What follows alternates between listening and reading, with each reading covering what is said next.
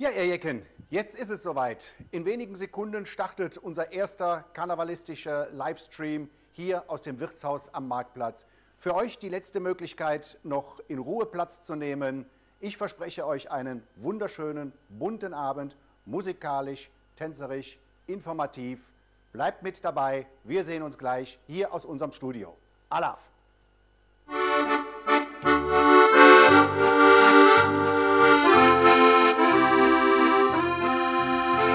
Im Treppchen für 94 Jahre ist man zusammen war. Genüchlichste saßen beieinander und wollten die allhere sind. Schank bitte Hein und Engelbett, Mattes, Wilköbes und der Hobet und schließlich Hennes und auch der Jupp. Das waren die Gründer vom Karnevalsclub, drum für die Karnevalzig. Gilt die Parole Leflück, wohl deren sich, ich fasse Loben führen. Dann gibt's noch Bullen bei der allen her, doch könnt ihr euch von Hetze amüsieren, denn die verstanden jetzt von dem Fasten leer. Lila und euer Gold, da traut, tüchtigste Hand mit abgebaut. Es war doch direkt ne Zoch gemacht und ganz getreu noch Bullermaat. Mit Rumtara und Villradau, denn damals Jahre doch viel Schabau. Alles war ganz prima arrangiert, für obgingene Ware mit schneeweißem Bett, drum für die Karnevalzig. Gilt die Parole Leflück, wo deren sich, dich faste Loben führen. Dann kommt noch Bullen bei der allen her, doch könnt ihr euch von Hetze amüsieren, denn die verstand jetzt von dem Fasten leer. Ja, Lev Jecke, herzlich willkommen an den Empfangsgeräten zu Hause. So hat man früher gesagt, es waren die 70er. Ich denke, es ist im Moment aktueller denn je. Deshalb begrüße ich euch zu unserem Livestream hier live aus dem Wirtshaus am Markt in Pulheim. Und ich darf euch eines versprechen, sämtliche Corona-Auflagen sind eingehalten. Wir sind alle getestet worden, Temperatur wurde gemessen. Wir haben heute hier die Corona-Vakuumblase. Ich verspreche euch einen schönen Abend. Ich darf noch mal auf das Eingangslied zurückgehen, gesungen von unserem Präsidenten Norbert Rode und begleitet von unserer der Saalgröße angepassten Saalkapelle Hubert Fendel.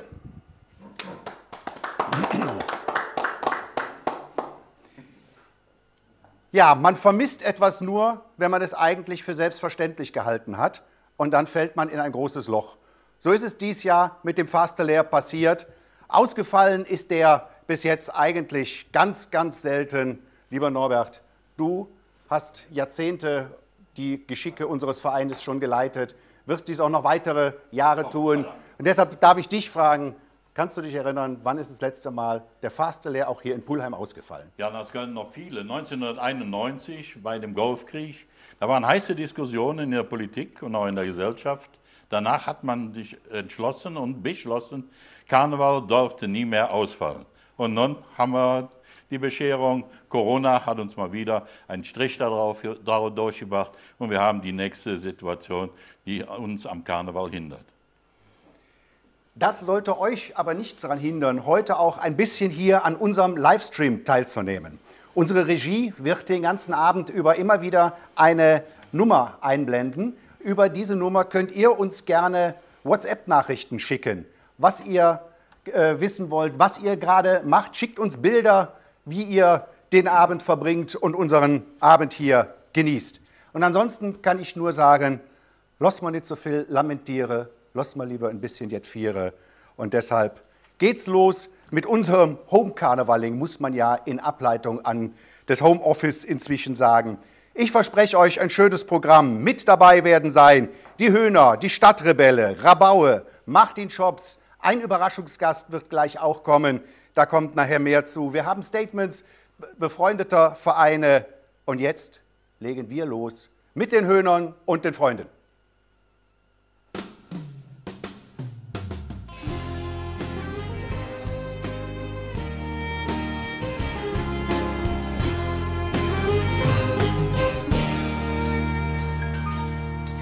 Die Ärztin, die keinen aufgeben will, der Pfleger steht keine Sekunde still.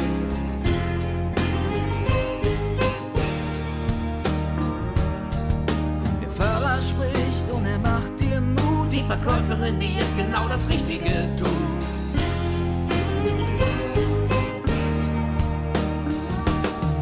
Ein Anruf, ein Chat, ein Postman, Applaus auf dem Balkon tut so gut.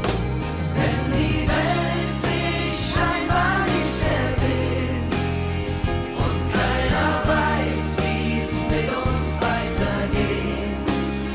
Alle gemeinsam gegen Einsamkeit. Jetzt ist die Zeit für Menschlichkeit.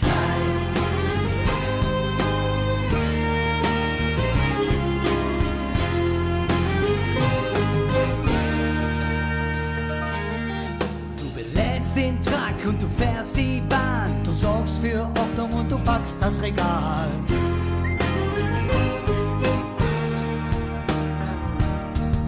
Du gibst Unterricht und zwar digital und spielst mit den Kindern, ja das ist genial.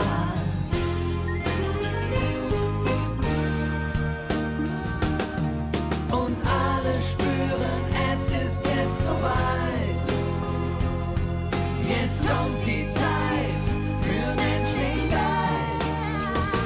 Wenn die Welt sich scheinbar nicht mehr dreht und keiner weiß, wie es mit uns weitergeht. Alle gemeinsam gegen Einsamkeit. Jetzt ist die Zeit für Menschlichkeit.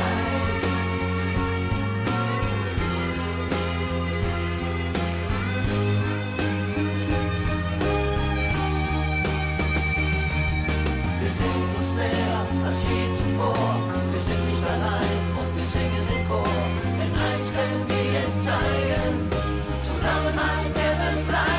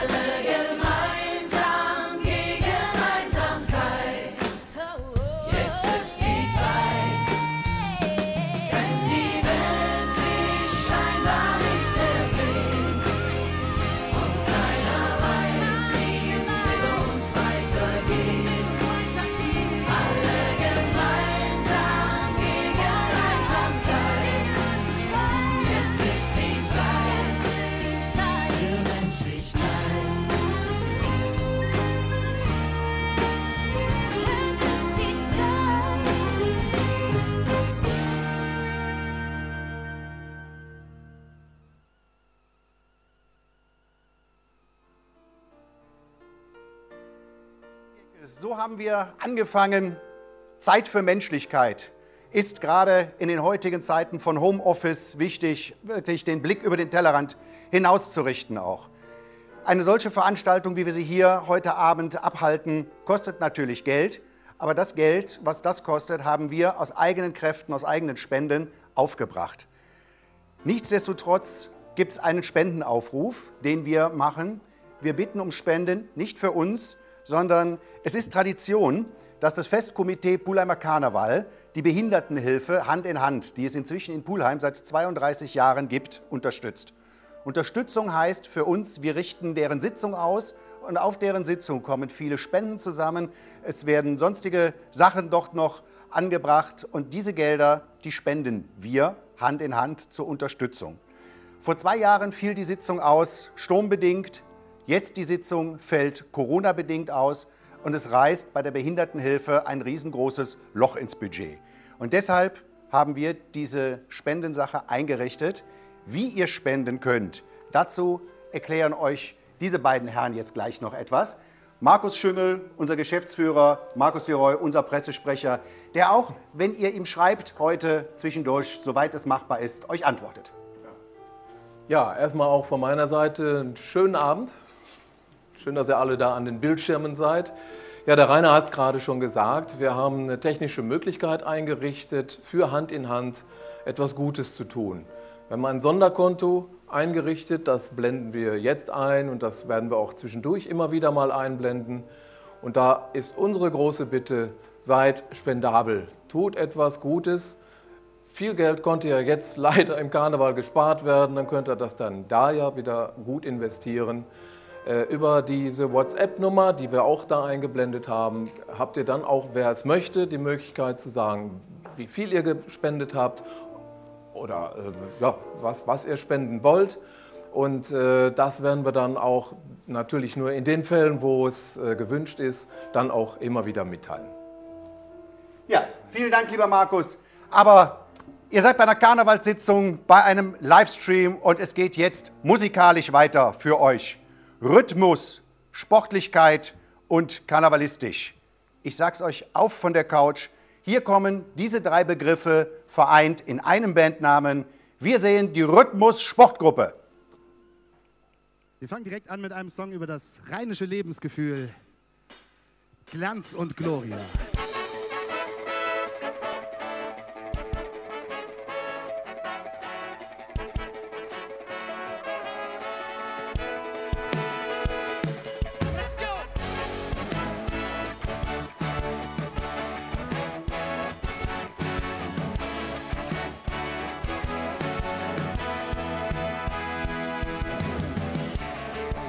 Kein Korkenknallen und Sektflaschen, mehr Party in den kleinen Gassen.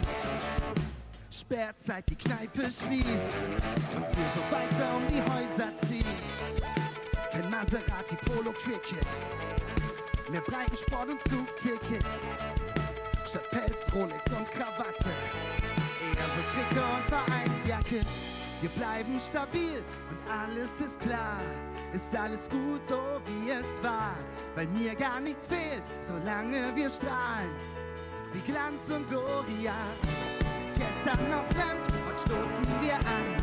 Ist alles gut so wie es war, weil mir gar nichts fehlt, solange wir strahlen wie Glanz und Gloria.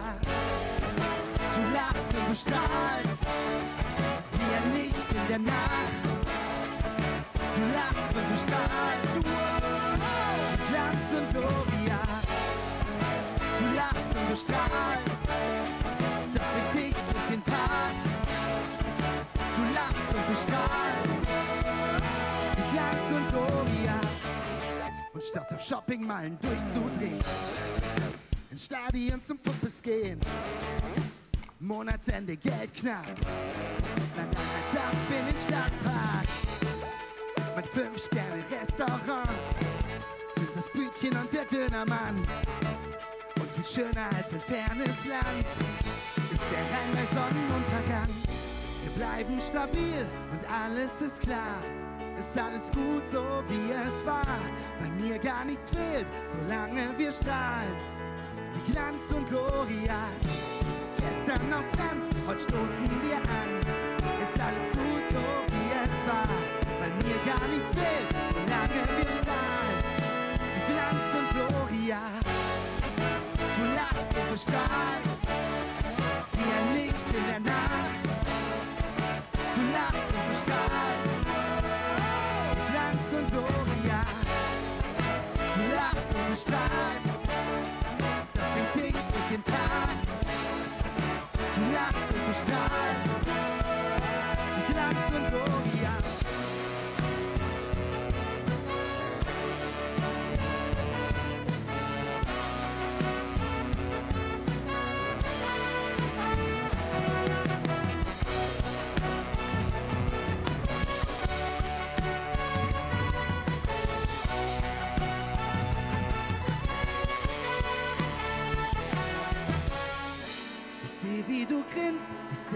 deinem Arm ist alles gut so wie es war, weil mir gar nichts fehlt, solange du strahlst, wie Glanz und Gloria. Du lachst und du strahlst, wie ein Licht in der Nacht. Du lachst und du strahlst, wie Glanz und Gloria. Du lachst und du strahlst, das bringt dich durch den Tag. Du lachst und du strahlst, wie Glanz und Gloria.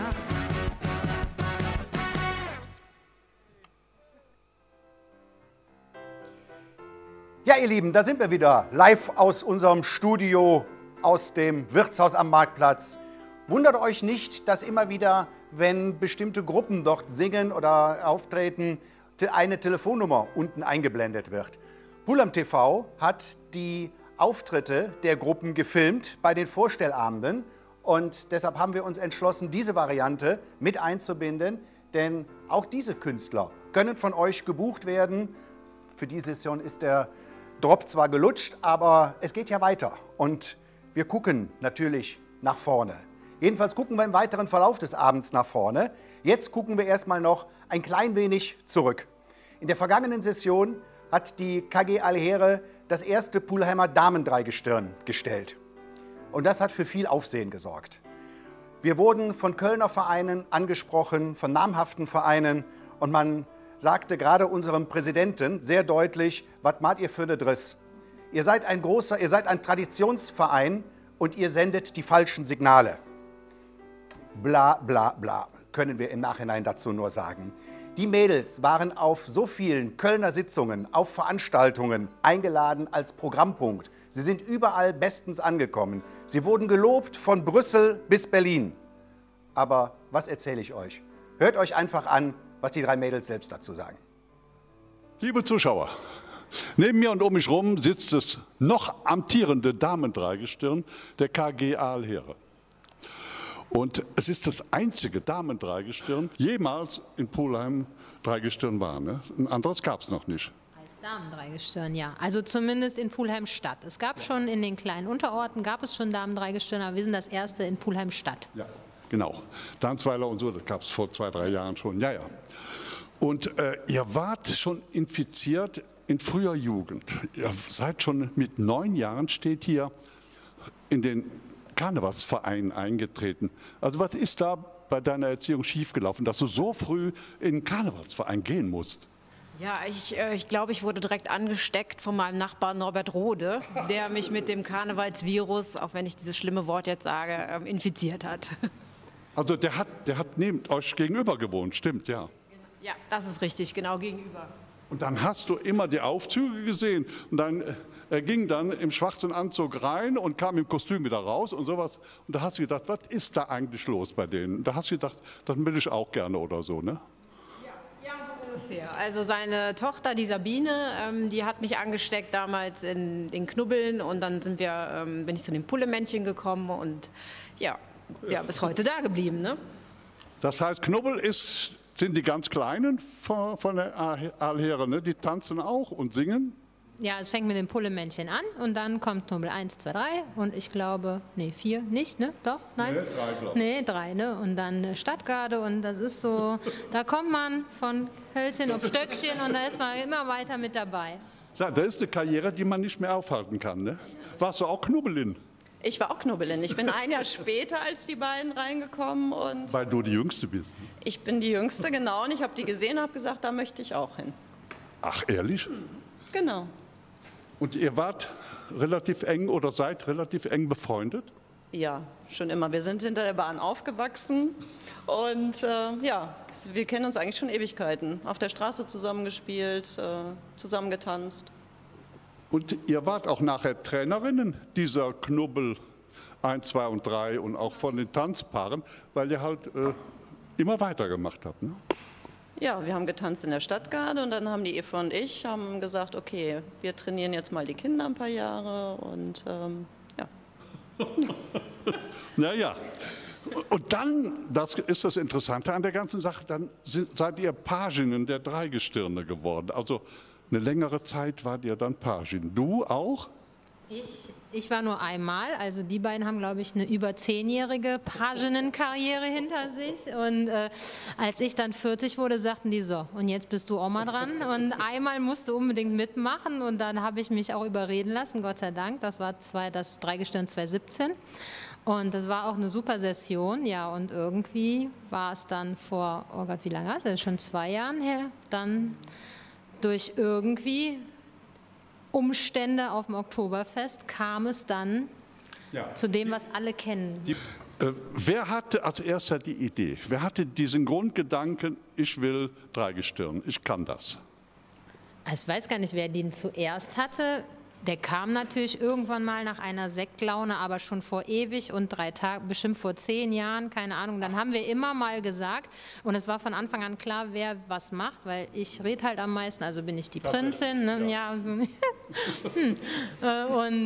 die Bier, ne, die sagt, mir ist immer kalt, also wird die der Bauer, weil dann ist sie schön warm eingepackt. Okay, mit unseren Ornaten hat das dann nicht so geklappt, die sahen dann doch ein bisschen anders aus als die der Herren. Ja, und die Eva wollte schon immer die Jungfrau mit der Krone und dem Spiegel sein. Also von daher, das war von Anfang an klar, da gab es nie Streit.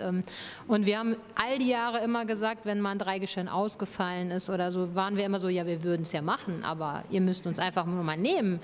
Ja. Das heißt, war in dem Jahr ein Herrendreigestirn schon, sag mal, in der Schiene, im Ofen oder war keins da und ihr habt ein Loch gefüllt? Nee, es war keins da. Es war keins da und es konnte auch keins gefunden werden. Die Herren haben sich alle ein wenig geziert. Ja, und wir nicht. Und dann seid ihr zum Präsidenten gegangen und habt gesagt, wir können Dreigestirn. Wer ist da hingegangen? Alle 3? Er ist zu euch gekommen und hat euch gebeten, Dreigestirn zu machen. Nein, wir waren ja auf dem Oktoberfest im Jahr 2018, genau. Und dann hat der Norbert sich ja vorne hingestellt mit dem Rhein und hat gesagt, wir suchen immer noch ein Dreigestirn für nächstes Jahr. Und dann standen wir wieder da und haben diesen gemacht, wir möchten. Ja, und dann kam der Norbert auf einmal mit einem weißen Zettel angerannt, hat sich zu unserem Tisch gesetzt und dann haben wir den Vertrag unterschrieben. Habt ihr damit gerechnet? Nee, ganz und gar nicht. Wir hatten auch 2 Tage lang, danach waren wir auch ein bisschen durch den Wind, weil wir gedacht haben, Herrje, was haben wir da jetzt unterschrieben, was haben wir da jetzt gemacht? Weil danach ging es natürlich los. Also auf dem Oktoberfest selber schon waren wir erstmal eine halbe Stunde beschäftigt. Ich konnte meinem Freund, der war gar nicht da, gar nicht Bescheid sagen, was ich da gemacht habe. Und wir wurden nur gratuliert und das zog ein Aufruhr hinter sich, der aber sehr positiv war. Aber es war trotzdem, wir haben 2 Tage lang gedacht, hei. Und nach 2 Tagen war euch klar, was passiert ist, Eva? War das dann im Kopf, so, jetzt bin ich Jungfrau? Nein, überhaupt noch gar nicht. Also man war ja auch einmal dann auch in zig WhatsApp-Gruppen drin, die auf einmal gegründet wurden. Die wurden, du bist Mitglied dieser Gruppe und denkst dir, oh, schon wieder eine neue Gruppe. Ja, und dann, man realisierte das noch gar nicht. Erst wie wir so langsam angefangen, in die Details zu besprechen und uns mit Norbert und unserer Prinzenführerin getroffen haben, so dann fing es so langsam an, dass wir es realisieren konnten. Ihr trefft euch mit den barmherzigen Schwestern. Ich wusste ja, dass ihr alle katholisch seid, aber ihr habt einen Hang zum Übertreiben. Kann das sein? Nee, wir sind einfach lustig. Und wenn es an Namensgebung geht, sind wir auch sehr kreativ. Und dann kam das irgendwann mal wahrscheinlich bei einer unserer Mallorca-Türchen, wo wir überlegt haben, wie wir uns denn nennen könnten. Und dann, ich glaube, da hatte auch irgendwie ein Kloster, wo wirklich die barmherzigen Schwestern, ne? In Salzburg. Genau. Ja. Ja, und dann waren wir geboren. Ja, und dann ging es ja daran, Dreigestirne brauchen ein Lied. Und alle Dreigestirne singen auch, wie schön es auf der Bühne ist und wie schön es ist, Dreigestirn. Der schönste Tag in meinem Leben, ne? Das ist ja so ein Satz von Dreigestirnen. Und da kam wirklich dieses Gold oder Grün dazu. Woher habt ihr das? Eigentlich von einem Versinger von der Freundin meiner Tochter kam das, weil die bei Cordula Grün immer Gold oder Grün verstanden hat und sagt, das ist ein schönes Lied, Gold oder Grün. Und sie dann, Ilka, das heißt nicht Gold oder Grün, das heißt Cordula Grün. Ach so. Und dann habe ich gedacht, perfekt. das ist perfekt, das passt zu den Farben, das nehmen wir, das dichten wir jetzt um. Und das ist vor allen Dingen auch ein Lied, wo jeder mitsingen kann und jeder Spaß hat und es ist ein Knaller und dann, ja, ist es auch ein Knaller geworden. Ja, ja, weil so eine Karriere, glaube ich, hat musikalisch noch kein Dreigestirn gemacht in ganz Pulheim und Umgeben. Und wie oft habt ihr dieses Lied gesungen? Wisst ihr das? Nee, ich glaube, wir hatten knapp über 150 Auftritte. Und ich sag mal, Gold oder Grün haben wir auf jeden Fall immer gesungen. Die anderen dann je nach Zeit. Also auf jeden Fall mindestens 150 Mal, wahrscheinlich mehr. Ja. Weil die Crew das ja auch genau. besonders gut fand. Wir haben es in unserem Partybus gesungen, wir haben es auf verschiedenen KG-Veranstaltungen als Zugabe noch immer hinterher nochmal gesungen und also bestimmt an die 200 Mal mindestens, offiziell. Eine wichtige Frage. Würdet ihr das nochmal machen? Das habe ich mich auch schon oft gefragt. Das ist eine schwierige Frage. Aber ich denke, sowas kann man einfach nur einmal erleben. Und deswegen würde ich spontan erstmal sagen, ich würde es nicht mehr tun. Aber das geht nicht gegen meine Mädels. Mit denen würde ich es eigentlich immer wieder machen. Wenn sie es wollen, würde ich es auch wieder tun. Aber spontan hätte ich jetzt erstmal gesagt, das kann man nur einmal erleben. Also einmal Dreigestirn reicht fürs Leben. Ja. Ja. Eva, würdest du das nochmal machen? Ja, ich würde das nochmal machen, aber dann in einer anderen Position. Prinzin, den Job wegnehmen und sie macht dann... Dann nehme ich den Bauern. Oder die Jungfrau, ich bin da flexibel. Hauptsache mit den beiden. Der zückt schon wieder. Zeige ihm mal. Da ist jetzt der Präsident unterschreiben für das nächste Dreigestirn. Okay, was ratet ihr 3 Frauen bei euch aus dem Verein, die sagen, was ihr gemacht habt, würden wir auch gerne machen? Macht es oder passt da und da auf oder was auch? Nee, definitiv einfach machen und Spaß haben. Aber das würde ich nicht nur den Frauen raten, das rate ich auch den Männern, weil wir haben immer gesagt, es ist egal, wenn was schief läuft, läuft was schief, aber dann einfach drüber lachen und solange wir Spaß dran haben, haben die anderen auch Spaß und ich glaube, das hat bei uns super geklappt. Also zumindest war das Feedback so, dass sich viele gefreut haben und viele am Anfang nicht gedacht hätten, dass wir das so gut machen und sich im Nachhinein wirklich gefreut haben und mit uns gefeiert haben und das hat einfach den größten Spaß gemacht, weil wir einfach mit allen anderen zusammen gefeiert haben. Einfach Spaß haben ist das Allerwichtigste. Das ist ein guter Übergang. Jetzt kommt nämlich das Lied von den 3. Cordula Grün. Viel Spaß.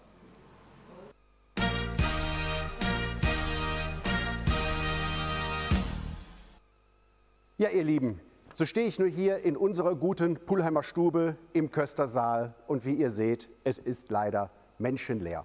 Normalerweise stünde dieser Saal hier zu dem Zeitpunkt richtig unter Volldampf.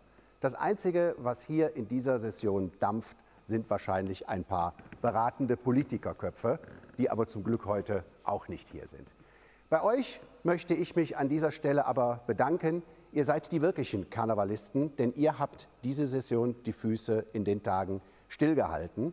Denn nur so wird es uns gelingen, auch in den nächsten Jahren oder im nächsten Jahr wieder zu einer Normalität zurückzukommen, die es zulässt, dass wir unseren Fastelehr feiern können.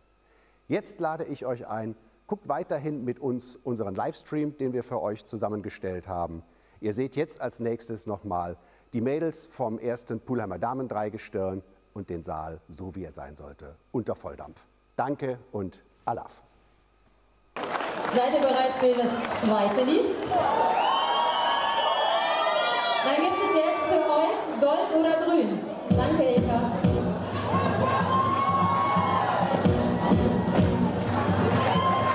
Es war vor 30 Jahren, da war uns allen klar, ein Pullemännchen zu sein, hier in diesem Verein. Es lag uns im Blut, auch das Kostüm stand uns zu. Darum stürzten wir uns in den Jackenverein, aus Hüpfen wurde Spagat, durch alle Säle gerockt, nach Wasser kam dann der Sekt. Die Eltern waren geschockt. Beim Oktoberfest an, unsere Chance kam auch, nach was spielen wir. Da stand die Frage im Raum, auf die haben wir gehofft, um dann hier zu schreien.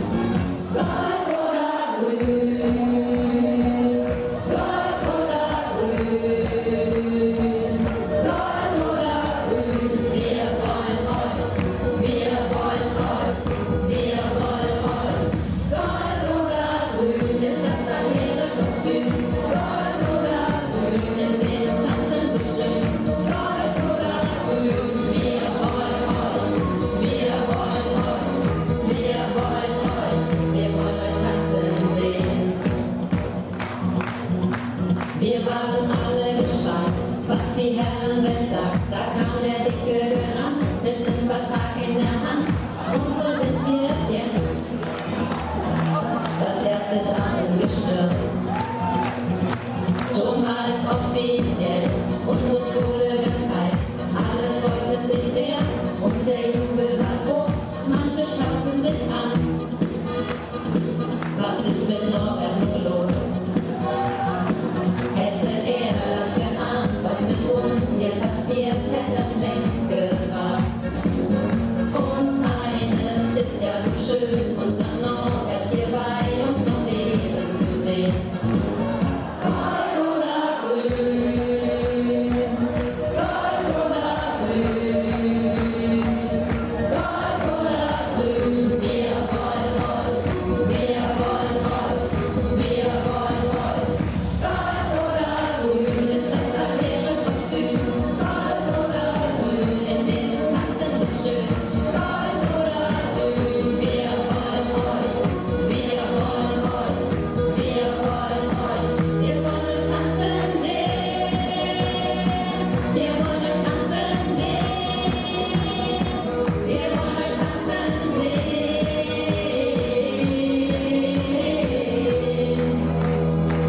wir wollen euch tanzen sehen.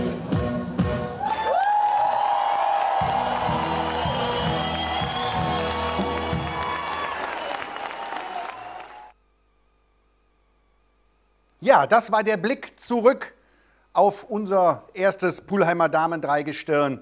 Ich kann mich bei den Mädels gerade jetzt aktuell, wir haben die Mail gekriegt, bedanken für eine Spende in Höhe von 111 € für Hand in Hand. Leider hat es nicht die direkte Zepterübergabe in dieser Session gegeben, aber da kommen wir nachher später noch zu. Ich habe euch eben gesagt, es gibt einen Überraschungsgast. Unser Überraschungsgast ist inzwischen eingetroffen und ich freue mich, ihn begrüßen zu dürfen. Ich durfte ihn diese Session bereits zweimal als Sitzungspräsidenten genießen, allerdings leider auch nur im Jackstream. Es ist ein außergewöhnlicher Künstler. Er versteht es, sich jeden Saal zu holen, ob klein oder groß, ob ruhig oder tosend. Ich freue mich, ihn euch jetzt ankündigen zu dürfen, J.P. Weber.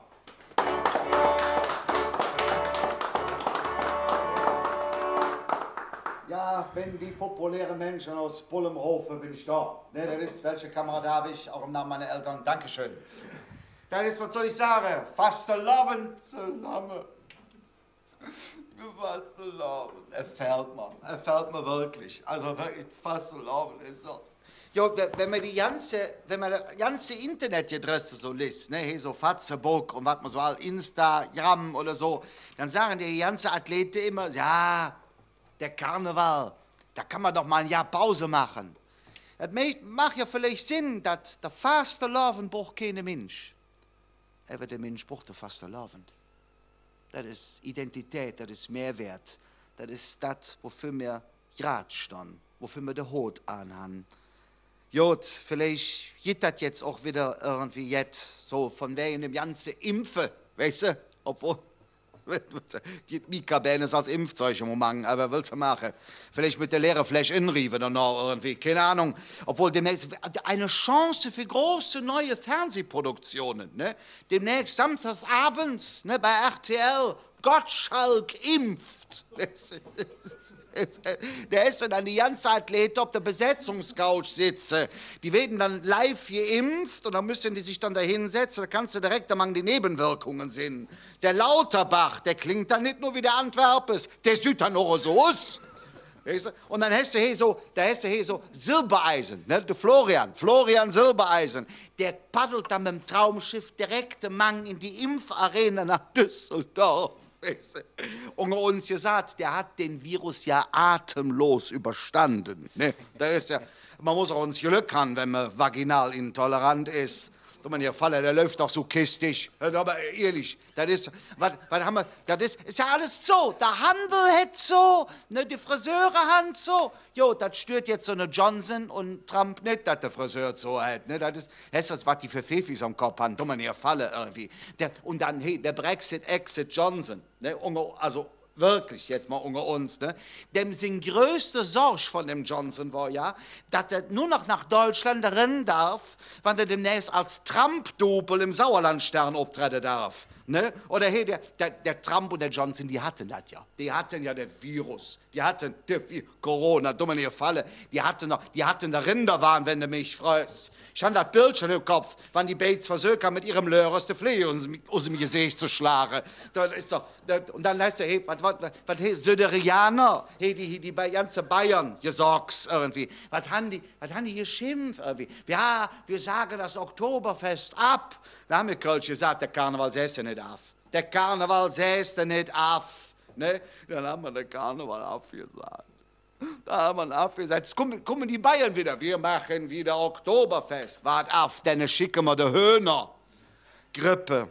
Ja, das ist... Aber darf man ja nichts zu sagen. Das sind gute Musiker, ne? Das sind eine neue Bassist. Ne? Die haben ja auch dieses Jahr Jubiläum. 10 Jahre keine Hit. Nee, ist ja davon. Aber ist doch wahr. Übrigens, Entschuldigung, dass ich Kölsch war, das ist mein Sprach. Ne? Also, das ist ja wirklich ein Sprach. Könnt ihr aus dem Repoarischen Fränkischen. Wird ihr so ja mit einer ISO-Zahl bemessen, 639-2 Kölsch ein Sprach.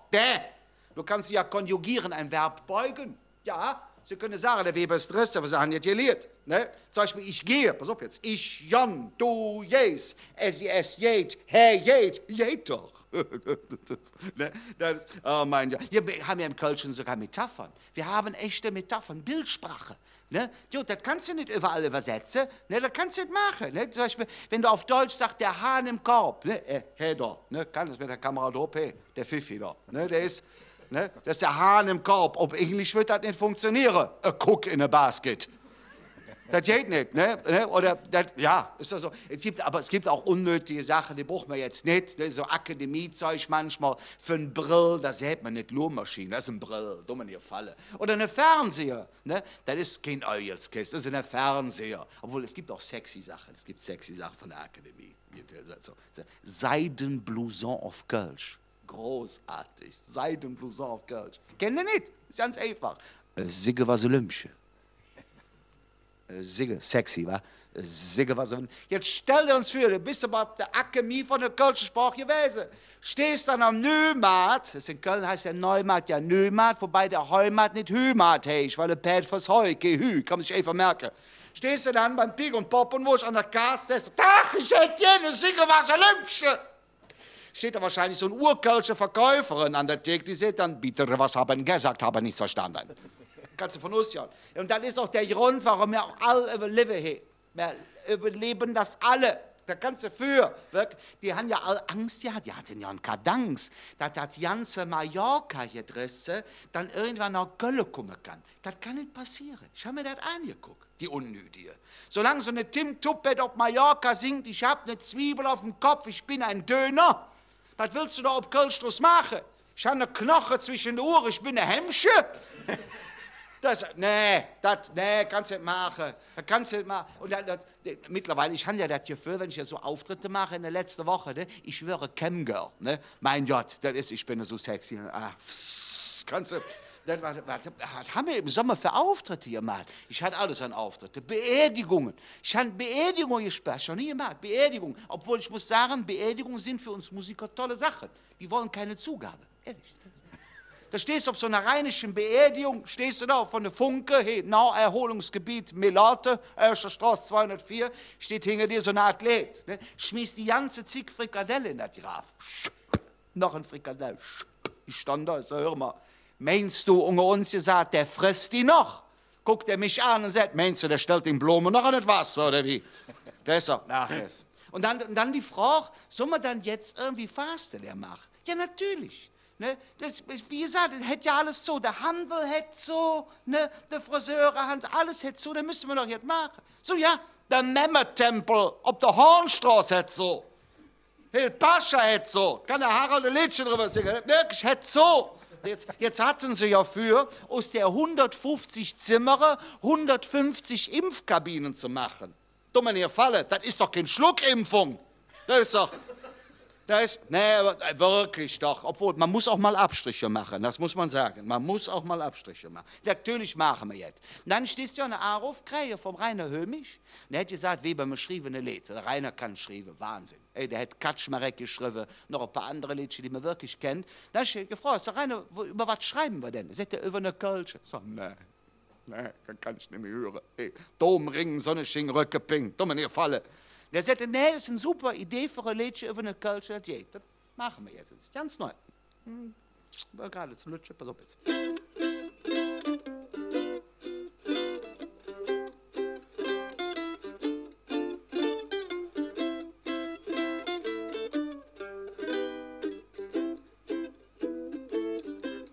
Ja, ist geklaut. Aber gut geklaut.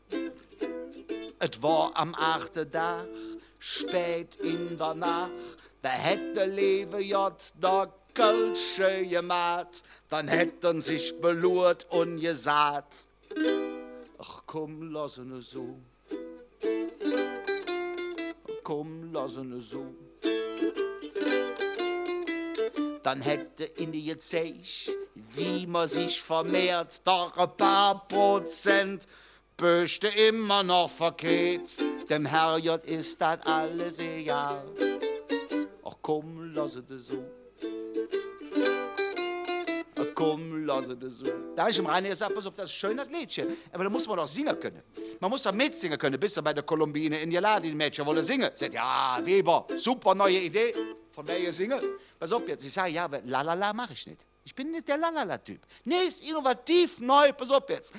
Dub, dub, dubi, dub, dub, dub, dubi, dub, dub, dub, dubi, dub, dub, dub, dubi, dub, dub, dub, dubi, dub, dub. Ach, weißt du, komm, lass es so. Komm, lass es so. Jetzt wird es Köln intern. Na, der Hilje, 3 Könige, pilgern sie all hin, doch vielleicht sind in dem Schrein nur Hemmsche Knochen drin. Dem Herrgott ist dann alles egal. Ach komm, lass es so. Jetzt kommt Aktuelles. Pass auf jetzt. Der Lauterbach, der meint, mit Kölsche sind durch Corona ins Fort. Doch der wahre Kölsche geht nur an Gilden kaputt. Dem Herrgott ist dann alles egal. Ach komm, lass es so. Ach komm, lass es so. Mit Kölsche han im Himmel ne VIP-Bereich. Wer über Kuckelkornbuch kriegt einen Sonderpreis.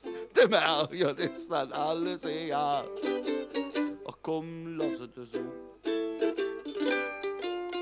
Komm, lass es so. Schön Liedchen, ne? Das ist. Dankeschön. Jetzt sind wir ja unter uns. Wir sind ja unter uns. Also, das ist, jetzt fragen Sie mich immer, wie geht das dann? Du musst Bilder im Kopf anmachen. Du musst dir eine Lücke geben, womit sie interpretieren können, für sich selbst. Das ist bei einem Lied so. Das ist aber auch, wenn du Geschichte erzählst. Ich mache das ja nicht einfach nur einen Witz erzählen. Das muss eine Geschichte sein. Wie funktioniert das jetzt? Also, ganz einfach, ich mache uns ein Beispiel jetzt. Für ein Beispiel, wie das funktioniert. Stellen wir uns einen blauen Funk vor. So ein noch echt der blaue Funk, so ein Armsau. Weißt du? Der muss Geld haben, Nüssele, damit er fest im Blau machen kann. Da braucht er 2 Jobs für. Ne? Der arbeitet bei DHL, ist der Fahrer, und noch nebenbei bei Hermes. Weißt du? Eine blaue Funk halt. Jetzt fährt er jeden Abend vom Godorfer Hafen, fährt er jetzt nach Rudekirche, um von da aus dann nach Köln-Innenstadt zu kommen, Legosteine. Lego, die kleinen Legosteine. Jeden Abend 18 Uhr fährt er die. Auf einer Tour ab Rudekirche geht der LKW an das Struchele, die Klappe geht hinten auf und alle Legosteine fallen raus. Alles im Kopf, ne? Legosteine, alle. Das ist der blaue Funk am See. Muss der ausstehen, alle Legosteine wieder von Hand in den LKW hinein, ne? Mit die Kladde wieder zu und fährt weg. Genau einen Legostein lässt er liegen. Eine. Gut, hat er nicht verstanden. Ja, so geht mir das öfters bei der Prinzengarde, wenn ich da bin. Ja, beim Schlesiertreffen Kölns, wie ich immer so freundlich sage. Mal eine andere Geschichte. Also ein Mann, der ist müde, der ist kaputt. Und der ist irgendwie, hat keine Lust, irgendwie, der geht zum Arzt. Zum Aldermann geht er zum Professor Dr. Weber. Sitzt dann da, Doktor, ich habe keine Lust mehr, ich habe keinen Hunger, ich habe keine Durst, was soll ich noch machen? Der sagt der Arzt, kein Problem. Du gehst jetzt in das Spital, die kriegen das in den Griff. Nee, eine Krankenhaus, möchte ich nicht. Ja, dann, ich habe eine andere Idee. Ne? Was hast du denn genau? Ja, keine Hunger, mir keine Durst, mir keine Lust, weiß ich, was ich mache. So, ist ganz einfach. Du gehst jetzt mal an Friedas mitten in der Session, du gehst jetzt in das Maritim, das sind die Grieläscher. Kölsche Sitzung, da setzt dich in die erste Reihe, da könnte eine Büttenredner. Denn wenn du der hörst, da hast du wieder Lust, du hast Spaß, das ist der beste Büttenredner Kölns, das ist der Blötschkopf. Da sagt der Patient zum Arzt, aber ich bin doch der Blötschkopf. Und davon, oh, so tragisch. Obwohl, das ist Komödie, das ist der Humor. Aber probieren wir jetzt anders. Nehmen wir eine Rodefunk. Eine richtige klassische Rodefunk mit so einem Schnöres in mir sehe ich 80 Kilo und dann das andere Bein. Weißt du? Rodefunk. Ne? In den 60er Jahren will der so eine Ausflugsreise machen. Da fährt er vom Hauptbahnhof bis nach Remagen, die alte Brücke. Ob die noch jetzt wirklich da ist oder ob die fort ist, will er gucken. Ja. Das ist ja auch das Heimatmuseum. Und damit er richtig was genießen kann, Köfer vorher am Neumarkt beim Pfeifenheinrich so eine Gesäßtorpedo, so ein Zigar, weißt du? Da will die dann schmuren im Abteil. Weißt du? Da dürfen wir. In den 60er Jahren durfst du ja noch rauchen. Da darfst du ja nur noch dampfen. Dampfen. Ne? Das ist hey, der Lötkolbenlutschen. Kennst du, dampfen, ne? Mit so es hat für eine neue Papst, weil die Welt so viel Qualm ist. Das ist real. Jetzt setzt sich in der Abteilerin, mit sich die Zigar grad an, kürzere Mütterscherin, so ein Kölsch-Mädchen. So, weißt du, so ein Kölsch, ne? So ein Kölsch-Frau-Mensch, so, weißt du, Haar ob der Zeng und die noch gegen den Strich gekämmt, weißt du, so. Mit einem Stimmchen für eine Teller Zupfkal zu blasen, weißt du, so. Und das hat dann so eine Honk am Arm, so ein Hörrierrad, so, ne? Jetzt setzt sie sich da hin und sagt dann zu dem Modefunk, also wenn Sie sich die Zigarren anmachen, dann schmiss ich die aus dem Finster raus. Das stört mich, von wegen dem Tabaksqualm. Da sagt der Rodefunk, wenn Sie das tun Mädchen, da schmiss ich Ihre Honk hinterher. Ja, der mäht sich die Flöp an. Der qualmt irgendwie. Die Frau nimmt die Zigarre, schmiss die aus dem fahrenden Zug raus. Dann nimmt sich der Rodefunk der Honk und schmiss den hinterher. Jetzt gucken die sich eine halbe Stunde an in dem Abteil, bis sie in Remagen sind. Jetzt kommen die auf dem Gleis in Remagen an. Beide mit so einer Anaconda im Gesicht. Weißt du, so. Ob einmal der Hunk angelaufen über das Gleis. Du glaubst jetzt nicht, was der in seiner Schnauze hat. Der Legostein. Geschichte. Das ist das, was damit geht.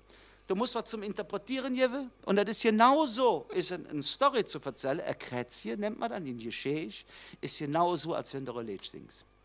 Genauso wie das nun folgende Lied. Zum Schluss, was gibt es Besseres an so einem Tag wie Hück, wie Gruppe für den Nubbel verbrannt wird. Ein Lied von Fritz Weber, einer meiner Lieblingskomponisten. Von dem es unter anderem 1900 Jahre steht und Sköll am Regen. Ein Lied, das die Endlichkeit mit der Unendlichkeit verbindet, wie kaum ein Lied zuvor. 1900 Jahre weißt du nicht, lebe Kerl, 1900 Jahre weht nur Tünnes und Schäl.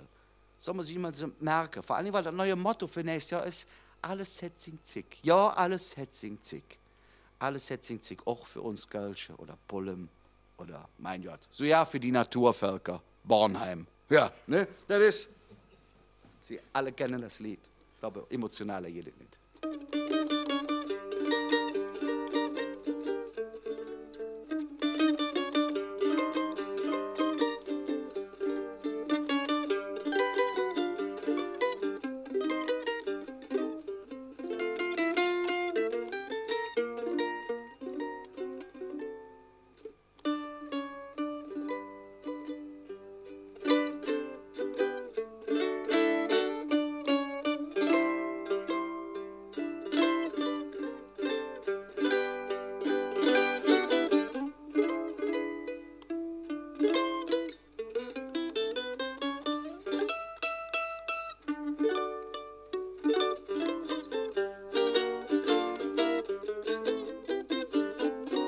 als keine Fetz, ich mich ins Verlaufen.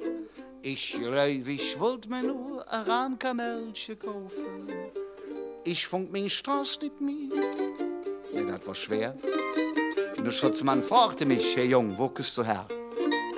Ich krieg Angst, ich beim Schlawitsche. Im Jäh sah ich mich schon direkt am Mang in Kitsche. Doch spürte ich ganz genau, meinet Job mit mir. Ich sah ihm dann treu herzlich ob mein Ehr. Ich bin ein Kölsche Jung, was willst du machen? Ich bin ein Kölsche Jung und unjen lache. Ich bin auch sonst nicht schlecht, nee, ich bin brav. Mein Lieblingswörtchen, ich kölle Allah.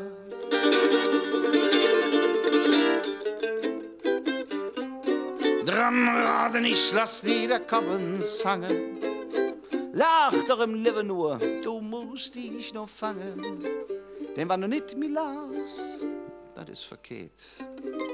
Sing doch ob den Mutterspruch, ob Kölsche-Lied. Sing so wie ich, du brauchst dich nicht zu schammen. Und es du große Furcht, dann singen wir zusammen. Denn wenn du eines das im Himmelsbett hier stehst, dann sagt ihm Petrus heimlich, still und leer.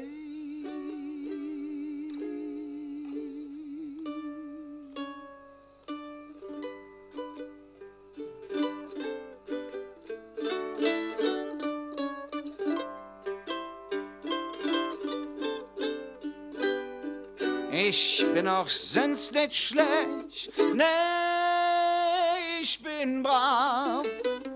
Mein Lieblingswörtchen, hey, ich kölle Allah. Madet Jod, Ajuja zusammen.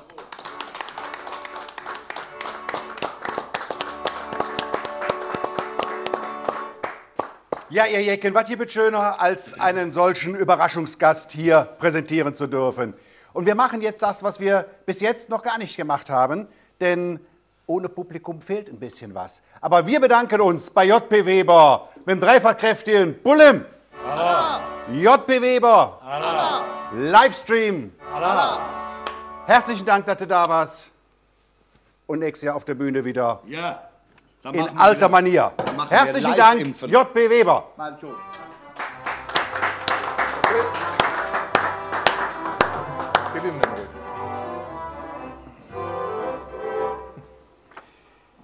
Ja, ihr Jecken, die KG ist eine Familiengesellschaft. Und wir sind stolz darauf, einen Kadettenchor zu haben mit über 65 tanzenden, aktiven Kindern. Aber eine Jugendabteilung trifft natürlich eine Kontaktbeschränkung und einen Lockdown auch recht hart. Die Kinder trainieren normalerweise mindestens einmal in der Woche in verschiedenen Knubbeln, so wie das bei uns heißt. Aber das war diese Session so gut wie nicht möglich. Und entsprechende Sorgen und Probleme hatte natürlich auch der Jugendstab unter Leitung von Susanne Miebach, das Schmülzchen zusammenzuhalten. Was die normalerweise machen, wenn sie eine normale Session haben, das könnt ihr jetzt sehen. Unsere Kadetten vom Aalen her.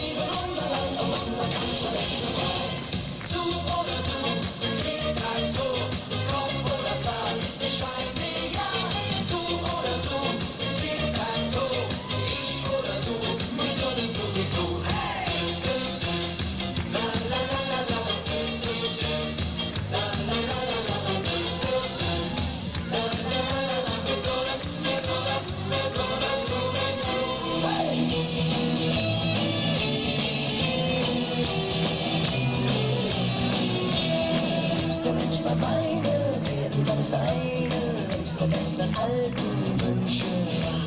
Unbedingt den größten und vielleicht den besten seiner aufgeträumten Träume nach.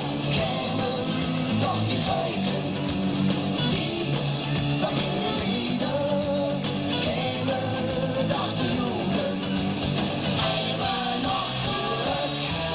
Man müsste doch mal 20 sein und so verliebt wie damals. Und irgendwo am Wiesenrhein vergessen die Zeit. Und wenn das Herz dann ebenso entscheiden könnte wie damals, ich glaube dann entschied es sich nochmal wirklich.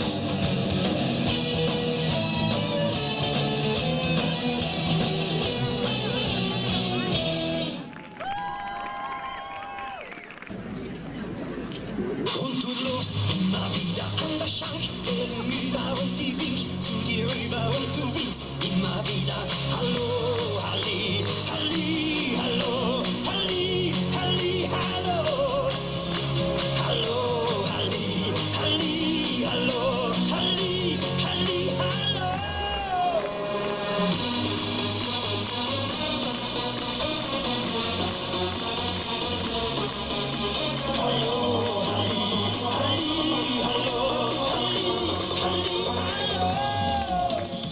Stammbob, fang an zu singen, bis die ganze Welt uns hören kann. Und das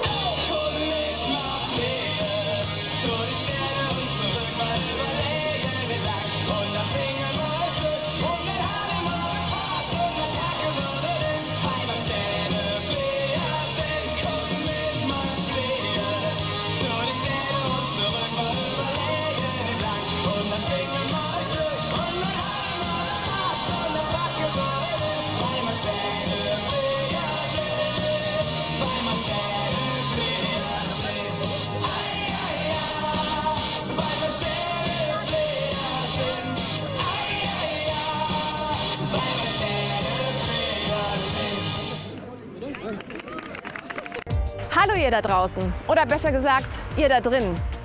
Wir haben tausende Einrichtungsideen und unsere 50.000 Quadratmeter sind natürlich für euch geöffnet. Digital und vollkommen sicher. Ab sofort könnt ihr euch um die Dinge kümmern, die euch wichtig sind. Ganz gemütlich von zu Hause aus und in aller Ruhe. Zum Beispiel könnt ihr euch an unsere erfahrenen Küchenberater wenden. Die beraten euch dann per Videocall und planen zusammen mit euch eure Traumküche 2021. Inklusive 3D-Visualisierungen und Echtzeitberatung per Kamera. Oder träumt ihr vielleicht schon lange von einem neuen Sofa? Dann fragt unsere Polstermöbelberater per Telefon, E-Mail oder per Chat. Das könnt ihr super lässig noch vom alten Sofa aus machen. Und das Neue wird euch dann ganz bequem unter Einhaltung der Hygienemaßnahmen, versteht sich, zu euch nach Hause geliefert. Und natürlich wie immer zum Segmüller-Tiefpreis.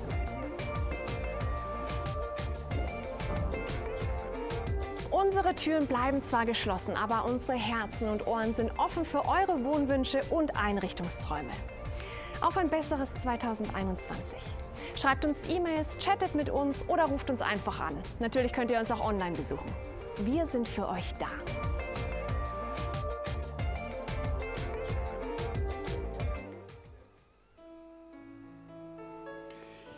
Ja, Lief Jecke, da sind wir wieder. Das waren unsere Kadetten mit einer normalen Session. Und jetzt haben wir ein paar Bilder noch vorbereitet, die wir gerne abspielen können. Und ich würde sie gerne live kommentieren.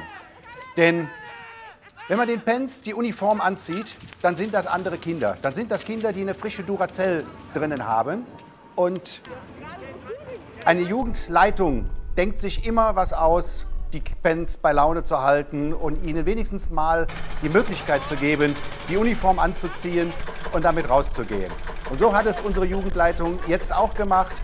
Sie haben an unserer Wagenbauhalle, an unserem Trainingszentrum einen Drive-In eingerichtet für die Pens und haben sie mit Kamellen und mit den Dingen versorgt, dass sie ein bisschen normalen Karneval hatten. Unsere Pens, danke in dem Zusammenhang an unsere Jugendabteilung. Und wo ich einmal Danke sage, darf ich mich doch auch bei dem Schmal bedanken, der hier zwischendurch immer durch unser Bild läuft. Unser Gastgeber und Senatspräsident Harald Müller. Lieber Harald, vielen Dank für deine Bewirtung.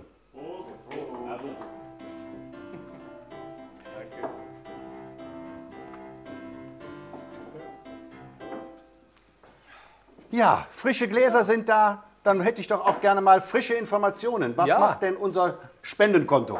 Das läuft richtig super. Also vielen Dank an dieser Stelle schon mal. Wir haben mittlerweile knapp 900 Euro. Korrekt, ja. 900 Euro sind schon zusammengekommen für Hand in Hand. Unter anderem die Familie Konradi mit 100 Euro, die Familie Struzina mit 111 Euro. Also so kommen die 900 Euro zusammen. An der Stelle möchte ich jetzt gerade mal die Gelegenheit nutzen. Ich stehe ja hier auch als Ratspräsident und der Große Rat möchte auch an Hand in Hand 222,22 Euro spenden. Vielen Dank. Ja, macht weiter mit den WhatsApp-Meldungen. Auch das funktioniert super. Wir kriegen ganz viele Meldungen hier rein. Wir kriegen Fotos, da zeigen wir auch gleich. Da sehen wir schon, die Familie Struzina, das ist ja mehr oder weniger live, also jetzt eben gesendet. Da ist der Tim, also das ist der Lebensgefährte von unserer Prinzin. Ja, dem scheint es auch gut zu gehen. Ich denke mal, da ist die Claudia Tendijk, die von den Jecken Müs ist und im Übrigen auch 50 Euro gespendet hat. Also vielen Dank, das läuft klasse. Danke sehr. Ja, herzlichen Dank dafür. Es geht weiter im Programm. Später kommen noch Martin Schops, ich habe es euch gesagt, es kommen noch die Rabauer, es kommen die Höhner. Und es ist für mich immer wie das Salz in der Suppe, wenn wir Redner haben. Redner wie in J.P. Weber, aber auch Redner, die nicht ganz so bekannt sind, aber es macht wahnsinnig Spaß, ihnen zuzuhören. Wenn man sich ein Ehepaar vorstellt, welches gemeinsam auf die Bühne geht, aus dem Alltag, aus dem Leben berichtet, dann macht das alles auch noch richtig Spaß. Wir freuen uns gleich über Lydia und Rolf Goliasch als die Bickendörfer Knallköpf. Danach geht es weiter mit Kölscher Mundart, gepaart mit Reggae-Beats und einer Prise Rock'n'Roll obendrauf. Das Ganze nennt sich dann Krawum. Bis später. Viel Spaß. Hallo, Tag zusammen. Ich bin die Lydia. Und ich bin der Rolf. Zusammen sind wir die Bickendorfer Knallköpf. Heul doch. Und wir erzählen euch einen herrlichen Blödsinn als ganz verrücktes Ehepaar. Ja. Was lachst du denn jetzt so? Muss ich, wenn ich dies sehe, muss ich immer lachen. Und mit dem Schmülzchen drumherum, ne? Aber Rolf, davon abgesehen, ich muss dir jetzt sagen, ne? Was hast du da? Ich han ja vielleicht Zoo genommen. Du hast Zoo genommen? Ho, hör auf. Nee, hey, pass auf, ich bin jetzt ehrlich, ne? Ja, ich han des Tag splitterfasernackt für den Spiegel gestanden. War da so Möbel all aushalten müssen, ne? Im Moment mal. Jetzt bin ich schon ehrlich. Aber Rolf, jetzt ohne Blödsinn. Ich han mich dann von Bove bis Unge belurt. Ja, und dann? Oh, hast du gedacht, Lydia. Ja, was ist dann? So kann das aber auch nicht, Wiegerjon. Ja, was meinst du Ja, dann? Rolf, der Busen. Ja. Das geht schon wieder so. Wie so? Wo so? Die Erdanziehungskraft. Ja, was ist dann damit? Du, wenn das wieder so geht, Rolf, dann kann ich aber die Mammographie und die Fußpflege in einem Abwasch machen. Lydia. Ja. Marzipankartoffelchen. Mein Salatschneckchen. Och. Komm ins Butter bei den Fisch jetzt. Wie viele Kilos hast du da jetzt? Och, das sag ich dir jetzt nicht. Komm, die ersten 3 Zahlen. Ist es jetzt gut? Ich mach doch schon eine Diät. Als wieder ein. Ja, Ich habe mich doch informiert. Du hast dich informiert? Ja, dat. Ich war im Reformhaus. Oh, das war im Reformhaus, du Leben, Hey, ja. wollte ich mir doch jetzt Diätfutter kaufen? Ja, und ne? dann? Sagt die Verkäuferin für mich, machen Sie sich nicht so eine Kopf über die Abnehmerei. Nee. Gibt ja gute Fette und schlechte Fette. Ja, Lydia, du bist eine gute Fette. Heul doch. Ist es jetzt gut? Kann nicht gut genug sein. Ich habe noch schon 5 Pfund verloren. Moment mal, ich glaube, ich habe 3 wiedergefunden. Sag, erzähl mir lieber, was gestern Abend mit dir los war. Was gestern Abend mit dir los war? Ich weiß ja nicht, was du meinst. Rolf, im Haierbettchen. Ja, was war dann da? Überall hast du mich gestreichelt. Ich hab dich gestreichelt. Über die Beine bist du mir gegangen. Über die Beine? Über die Rücken. Warum über die Rücken? Meine Arme. Der Bauch. Ich war ganz wuschig. Was war los? Ich hab die Fernbedienung gesucht. Ist es dann jetzt gut? Doch uns kann das Sinn, dass unser Liebesleben ein bisschen jetzt geschlafen ist. Was meinst du jetzt damit? Nimmen's Viagra. Bist du bekloppt? Da kostet ein Tablett 30 Euro. 60 Euro im Jahr. Nee. Ja, wir haben ja schon Smoke im Schlafzimmer. Ja, Ne? was meinst du dann jetzt damit? Hör mal auf, Rolf. Dicke Luft und keine Verkehr. Ja, ist doch. Kannst du mir sagen, wo die Potenz geblieben ist? Das musst du doch wissen. Du rühmst doch alles weg. Sag. Naja. Sagen Sie so, Rolf, jetzt sind wir uns einmal beieinander, ne? Ich musste ja jetzt ein Geständnis machen, ne? Ja, was hast du dann? Ja, ob du das glaubst oder nicht, ich bin da fremd gegangen. Ach du Leben, ja. Wenn wir schon dabei sind, da kann ich meine Fehler ja auch eingestehen. Ich bin da auch fremd gegangen. Du? Ja. April. Ich im Februar. Sag, du kleine Barackerdagel, ist es dann wahr? Heul doch. Nee. Ich habe dir schon immer angedroht, Gelche. Eines schönen Tages verlasse ich dich. Aber heute ist doch eine schöne Tag. Mein Name ist Jürgen Bürger. Wir freuen uns als GVG, dass wir dieses Jahr bei der Premiere der ersten Karnevalssitzung online der KG Alle Herren dabei sein dürfen. Und grüßen euch mit einem Pullheim Alaf. Nächstes Jahr gibt es dann wieder Wurfmaterial und Kamelle für die Pullheimer Jecke. Wir freuen uns drauf. Wenn es mich trifft, dann mit Körben. Ah, die Juliette!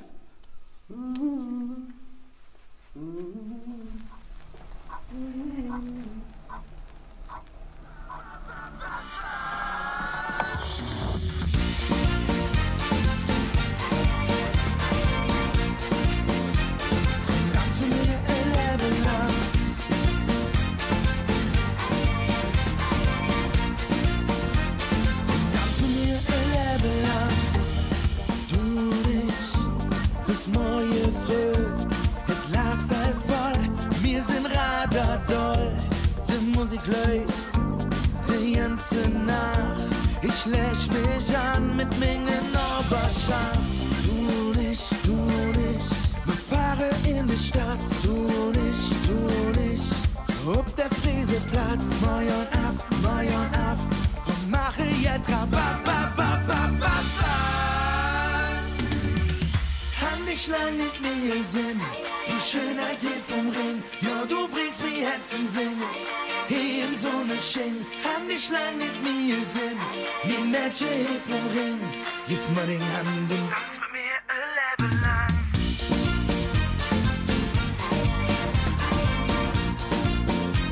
Komm, tanz mit mir ein Leben lang.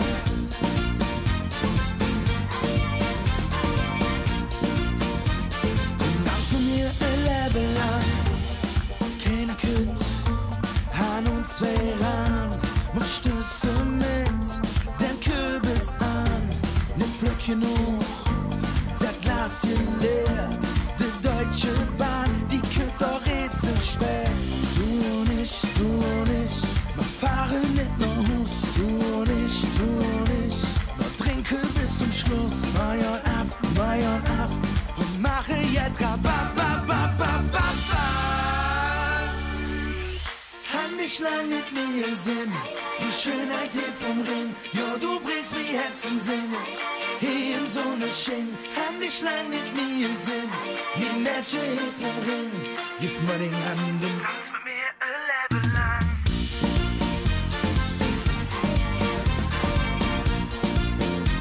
Stoß mit mir über das Leben ab.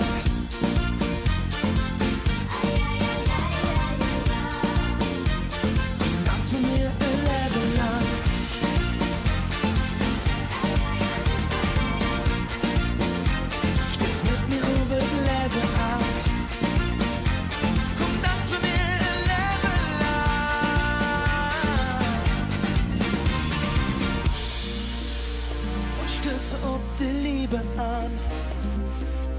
Der Rest der Welt ist drüse, ja. Wir warten nicht bis irgendwann. Bis irgendwann. Stöße auf das Leben an. Dass wir uns hier gefunden haben. Komm dann für mir ein Leben lang.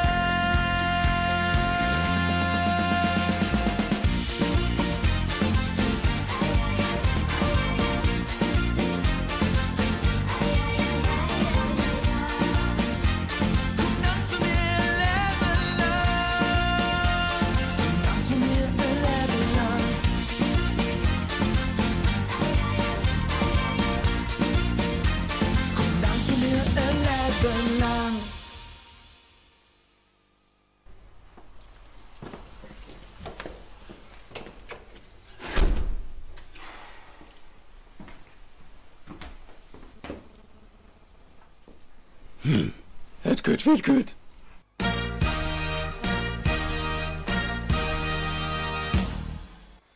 Ja, liebes Festkomitee, liebe Karnevalsjacke von nah und fern, liebe Pullheimerinnen, Pullheimer, ich bin gebeten worden, ein Grußwort zu sprechen, heute für den Falschen Dienstag. Ja, das weckt Erinnerungen an letztes Jahr, Falschen Dienstag, wo wir das erste Mal, glaube ich, zumindest so in meiner Wahrnehmung, in Pullheim, wir Stommler in Pullheim uns im Pullheimer Fastelovenzug, im Falschen Dienstagszug präsentieren durften. Das war eine ganz tolle Sache. Hier nochmal herzlichen Dank an die KG Alhere, an deren Spitze, deren lieber Präsident Norbert Rode. Dafür noch uns herzlichen Dank. Und ja, in diesem Jahr ist alles anders.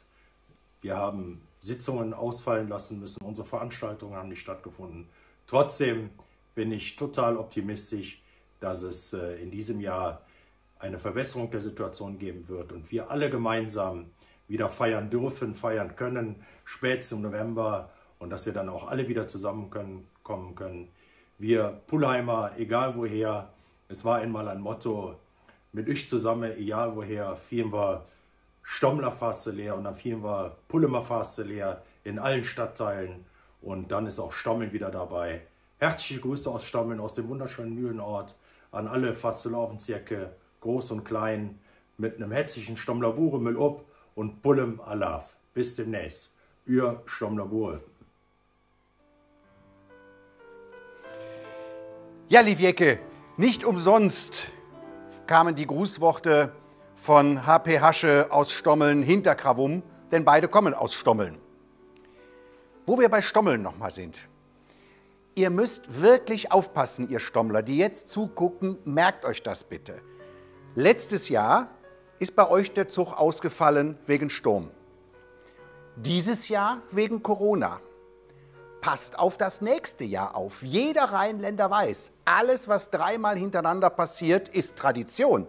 Also wir möchten euch auch gerne wieder besuchen kommen. Deshalb wollen wir mal alle die Daumen drücken, dass wir nächstes Jahr in allen Ortsteilen wieder ganz normale Züge haben. Ja, hier geht es jetzt weiter in unserem Programm mit einer Mischung aus Tanz und Musik.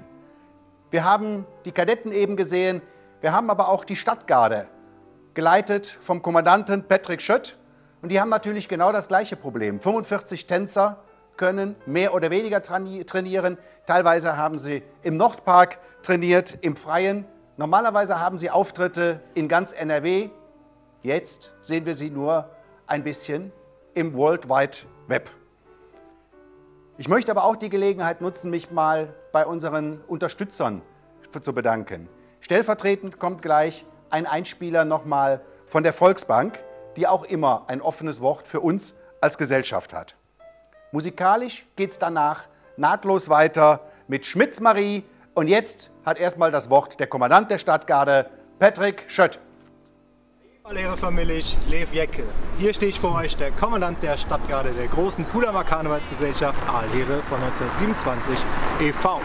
Ich freue mich sehr, heute meine Mädels und Jungs wenigstens einmal in dieser verrückten Session ansagen zu dürfen. Stadtgarde, stellt euch up und Jade, Tanz!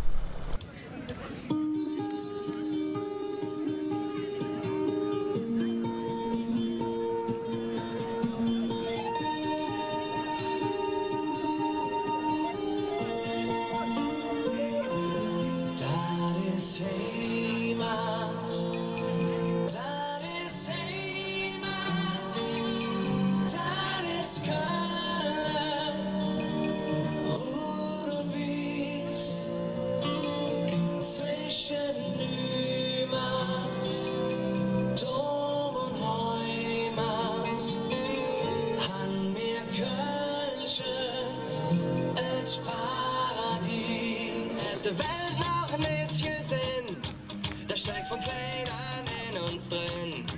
Nehmen nicht überall mit hin, ein Stück von Kölle am Ring. Dann hat die Welt noch nicht gesehen, der steckt von klein an in uns drin. Nehmen nicht überall mit hin, ein Stück von Kölle am Ring. Dann hat die Welt noch nicht gesehen, der steckt von klein an in uns drin. Weil auch ein Leben daran bringt, ein Stück vom Herz blieb hier am Ring. Wird fordert, denn früher super eine 10. Mit Tränen in der Augen nur ich manchmal zurück. Bin ich schön auf der Rolle, alles so doll, doch ich merke, wie sie steckt, wo der Ende ist.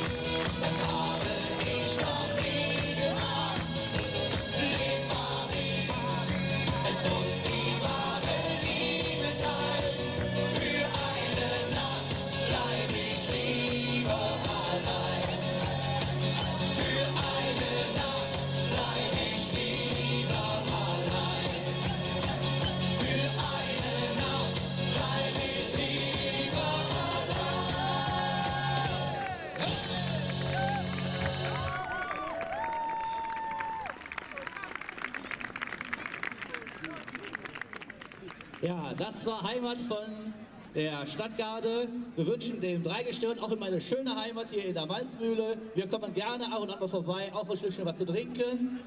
Uns ist ein bisschen frisch, deswegen machen wir, glaube ich, direkt weiter. Stellt euch bitte auf zum Potpourri.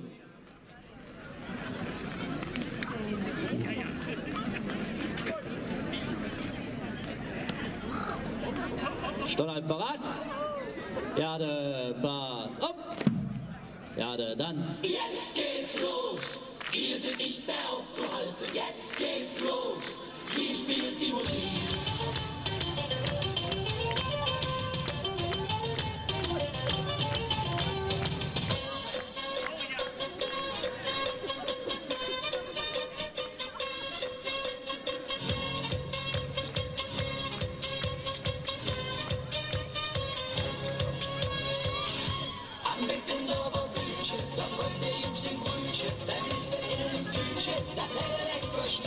Und abends dann am Bücher, erzählt er aus dem Tütchen, der Lisbeth mit dem Stühlchen, wie schön ihr Bücher hört. Ich kann der Milowitsch hier singen, der Stund in Köln auf der Bühne. Und frag mich Jan zu dem Versungen, mit dem Lied vom Kölschen Jungen.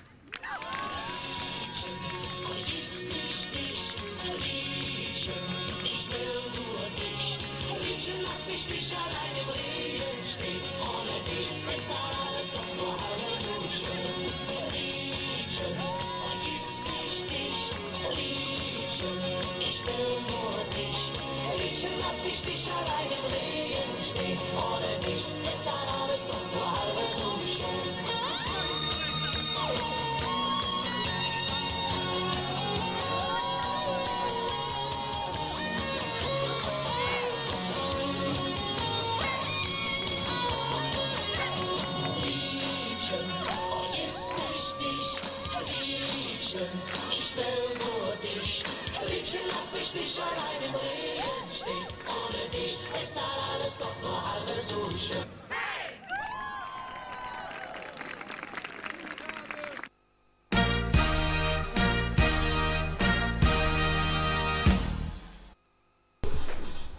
Mensch, was ist los, Heinzbert? Boah, das ist ja nicht traurig, Mensch. Der Russe wird jetzt ein Zug hier und der zwei Sitzsäßen am Erdwege. Nix los. Ja, da ist recht. Ich sitze auch nebenan und ich denke die ganze Zeit, mein Gott, was war das letztes Jahr noch schön, wo man mit dem Zug flogen konnte, wo man die Kamelle gefangen haben, ne, wo sie alle ganz noch dabei waren. Geht alles nicht im Moment. Ja, lass uns selber. Jetzt überlegen, so geht das nicht. Der Norbert, der Barbeus, der hat gesagt, hören Sie zwei, die sind immer so ernst. Ihr müsst einen Clown machen, ein bisschen raushängen lassen. Das könnte man natürlich machen. Ja, komm, weißt du was? Komm uns mit, ich habe jetzt für dich. Okay.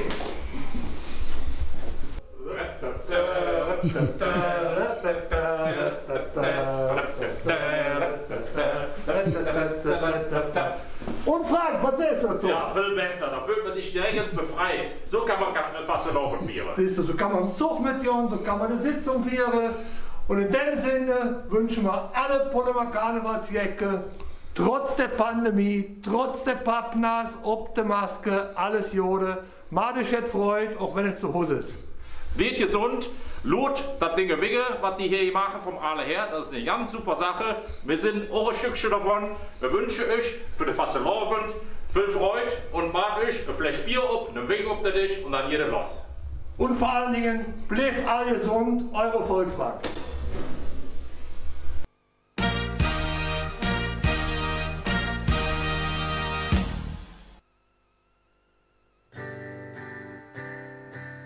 Mit Schmitz-Marie war Menge schwach. Ja, und ich städet frage, ob et je mit in et Kino kommt. Et ja auf ne Liebesfeld. Doch et Marie muss ganz genau, worum et geht. Ja, wenn et Legius ging im Rock, hatte mir schnell gestorben. All die Mädchen und die Jungs aus der Laube, eng und schlungen, hingen in der letzten Rennen. Und wenn dann jeder singe Mädchen und ihre fiese Blüschen ging, dann hatte mir auch schnell kapiert, und war das noch ein Level hier, außer Fußball und Karl-May. Doch et Marie seid leider nicht. Und wie durch Zufall kommet Lisbeth vorbei. Das war nicht ja der Schuss, ob der mal fliehen muss. Doch wenn es dunkel wird, sind alle Mädchen schön. Ja, wenn es Legius ging im Rosten, hatte mir schnelle Kids gestochen. All die Mädchen und die Jungs aus der Laube, eng und schlungen, hingen in der letzten Reihe. Und wenn dann jeder singe Mädchen um ihre fiese Blüschen ging, dann hatte mir schnell kapiert, und war das noch ein Level hier, außer Fußball und Karl-May. Aber irgendwann ging im Roxy dann et Licht für immer aus. Unser Maten dann, wie überall, ne Supermarkt dort raus. Mein Einkauf mach ich hüt mit Licht. Und in dem Laden, wo der Supermarkt ist, steht et Mariechen rum, das ist et Verkäuferin. An der Wohnung steht ganz Finger durch in der letzten Reihe. Ja, wenn et Legius ging im Rock, hatte mir schnelle Kids gestochen. All die Mädchen und die Jungs aus der Laube, eng und schlungen, hingen in der letzten Reihe.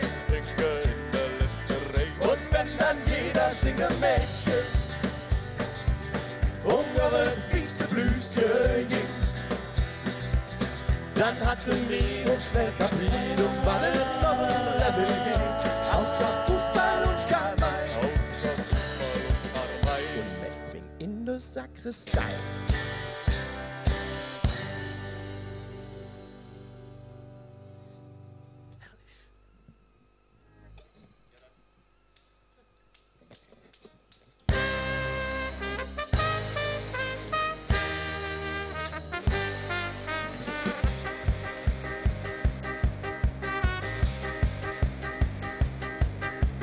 Menschen nicht ne Stelle, was war das für eine Nacht?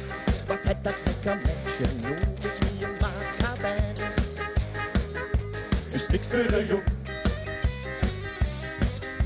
Ich söke mit Klamotte, verdammt, wo sind mit Glocke? Pralinchen auf dem Kissen, jetzt brauch mich mir wissen, wo bin ich? Ja, wo ist denn der Jung? Ich sag mir nie mehr Alkohol. Was hast du bloß mit mir gemacht? Mich hat der Teufel angelacht. Ich kann den Nas von dir jetzt voll. Die Stunde nie mehr wieder bis zum nächsten Morgen.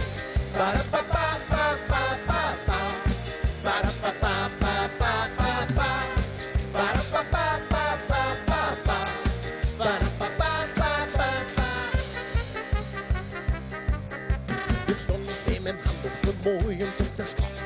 Da können doch schon ne Schutz. Ja, was ist dir denn los? Ich friere. So kalt für der Jung.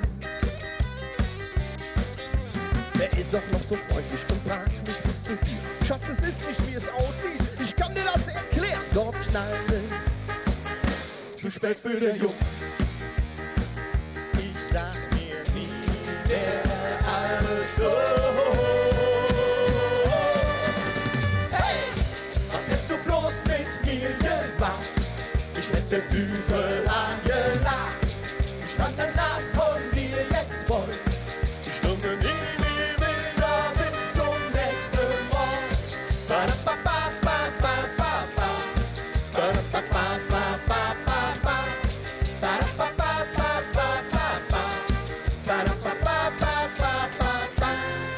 dann hat mir 1000-mal gesagt. Doch das hat leider nichts gebracht.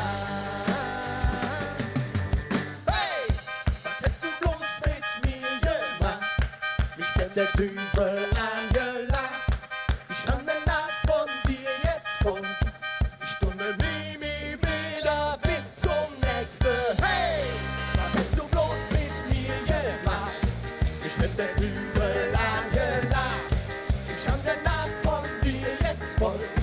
Ich stunde nie mehr wieder bis zum nächsten Mal.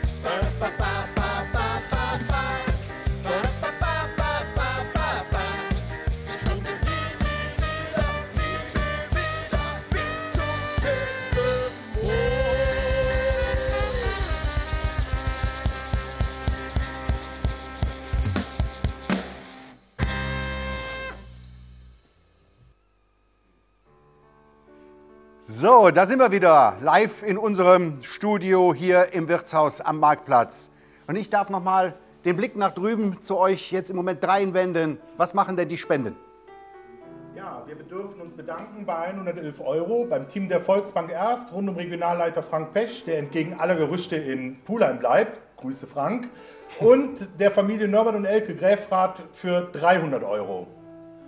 Ja, und ich darf es noch ergänzen, um 50 € von Lotte Pelzer, 150 € von dem Veranstaltungsservice Uwe Schnorrenberg und wir haben sogar eine Auslandsüberweisung zu erwarten, die kommt nämlich von den Stommeler Bure, 111 €. Ganz herzlichen Dank. Ja, danke. Aber was genau hinter Hand in Hand steckt, das werden wir jetzt gleich erfahren. Wir haben einen Beitrag dazu gedreht und wo wir bei dem Thema Beiträge drehen sind, da gilt unser Dank natürlich Pulheim TV, insbesondere in der Person von Günni Müller. Unermüdlich ist er wirklich mit seiner Kamera überall dorthin gefahren, wo jemand gesagt hat, wir spenden was, wir möchten euch etwas Gutes tun, wir möchten ein paar Beiträge bringen. Und ich selbst kann nur sagen, ich bin stolz, dass ich auch vor seiner Kamera stehen durfte. Denn viele werden ihn noch kennen. Er ist der Kameramann seiner Zeit immer gewesen, von Jürgen von der Lippe. Günni, vielen Dank für deinen Einsatz. Gerne. Ja, wir haben eine weitere Gruppierung in unserem Verein, die jährlich musikalische und tänzerische Höchstleistungen verbringt. Sie sind sehr gern gesehene Gäste in allen Brauhäusern und Schnapsbrennereien. In der Reihenfolge stellt unser Präses jetzt erstmal Hand in Hand kurz vor und dann kommt der Vedelszug vom Aalen her. Viel Spaß! Ja, meine Damen und Herren, wir stehen hier am Hand-in-Hand-Haus und ich sage Ihnen auch, warum. Bei der KG Alhere fallen alle Veranstaltungen in dieser Jahre aus und bei Hand in Hand zum zweiten Mal. Im vorigen Jahr fiel die Sitzung aus wegen eines Sturms, in diesem Jahr wegen Corona. Und so hat sich die Alhere entschlossen, beim Livestream am falschen Dienstag zu einer Spendenaktion für Hand in Hand aufzurufen. Und ich darf jetzt mal die Frau Jänichen vorstellen. Das ist die Schwiegertochter von Horst Krieger und sie führen die Arbeit hier fort. Und sie wird uns jetzt mal erklären, wofür Hand in Hand denn steht.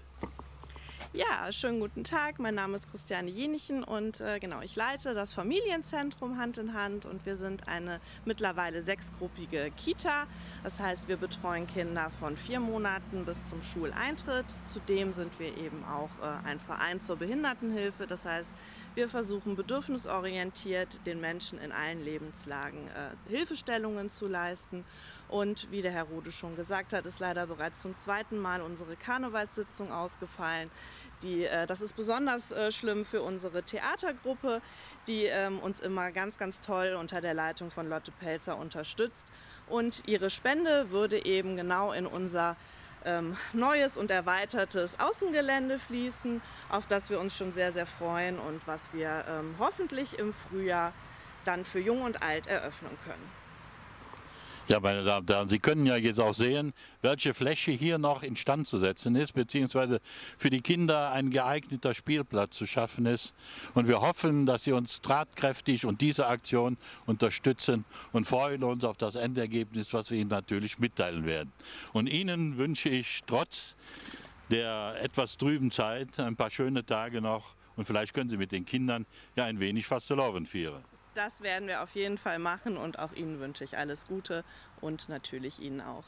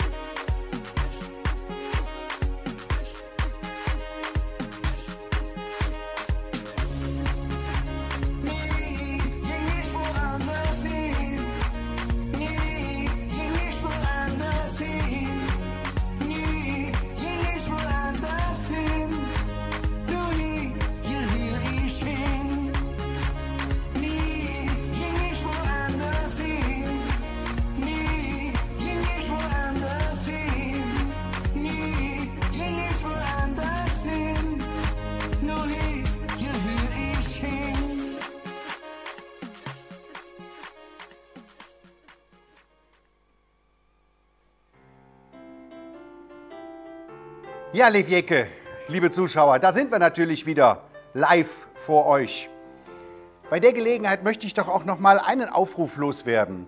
Die KG Alheere ist natürlich kein geschlossener Verein oder keine geschlossene Gesellschaft. Neue Mitglieder, egal für welche Gruppen, und auch ein Fädelszug, den ihr gerade gesehen habt, ist eigentlich nicht so schlimm, wie die Anmutung da ist. Ich bin selbst damit von der Partie. Aber die KG ist für neue Mitglieder natürlich immer offen. Meldet euch bei uns. Wir gucken gerne, in welche Abteilung ihr reinpassen könntet. An der Stelle möchte ich aber auch ein Dankeschön loswerden an unsere Stadt Pulheim, an den Bürgermeister bzw. an die gesamte Stadtverwaltung. Wir brauchen immer wieder deren Unterstützung, so auch für den heutigen Tag. Wir hatten die Genehmigung, das hier heute so zu veranstalten, wie es gemacht wird, unter allen Corona-Auflagen, deshalb auch alle mit negativen, ganz frischen Corona-Tests hier vor euch im Studio.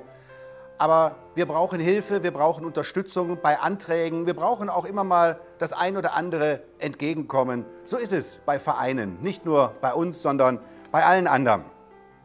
Es lag das Open Air vor uns, was wir um ein Jahr verschieben mussten, von diesem Jahr August auf nächstes Jahr, aber da kommen wir noch zu. Und deshalb möchte ich auf diesem Wege ganz kurz überleiten auch zu den Grußworten unseres Bürgermeisters. Gefolgt wird das Ganze wieder von Musik, und zwar wieder einem Pulheimer Eigengewächs. Hier vom Geschwister-Scholl-Gymnasium stammen sie.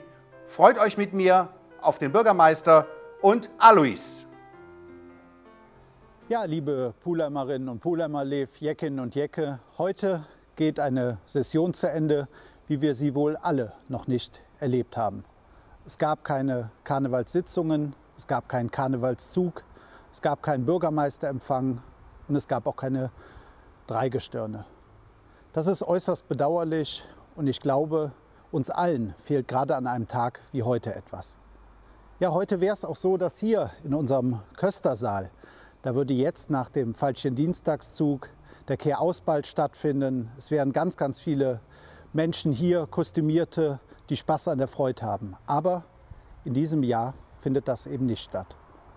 Aber es ist meines Erachtens richtig, denn Gesundheit geht vor. Meine Hoffnung aber ist, dass wir eine tolle Session 2021/22 erleben und schon bald hier auch uns wieder treffen zur Proklamationssitzung, die vorgesehen ist für den 20.11.2021. Und ich hoffe, dass ich dann auch wieder über einen vernünftigen Haarschnitt verfüge. Und insoweit sage ich an dieser Stelle ein stilles Pullem Alav. Lev Fastelovensjecke. Wir Clowns hier beim Blumenbohn wünschen euch viel Spaß bei der Fastelovenssitzung von der KG Alheere.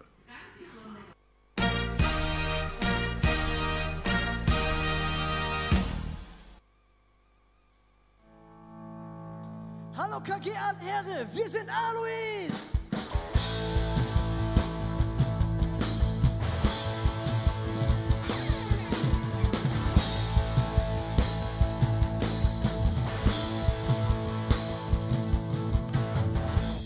Wir sind unendlich froh, heute hier bei euch spielen zu dürfen, in unserer Heimatstadt Pulheim.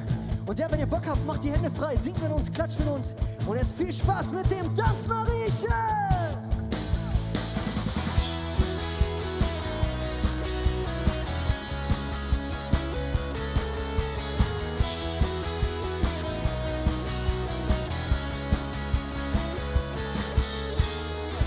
Ungeduldig, elegant, reichst du mir Dinge Hand.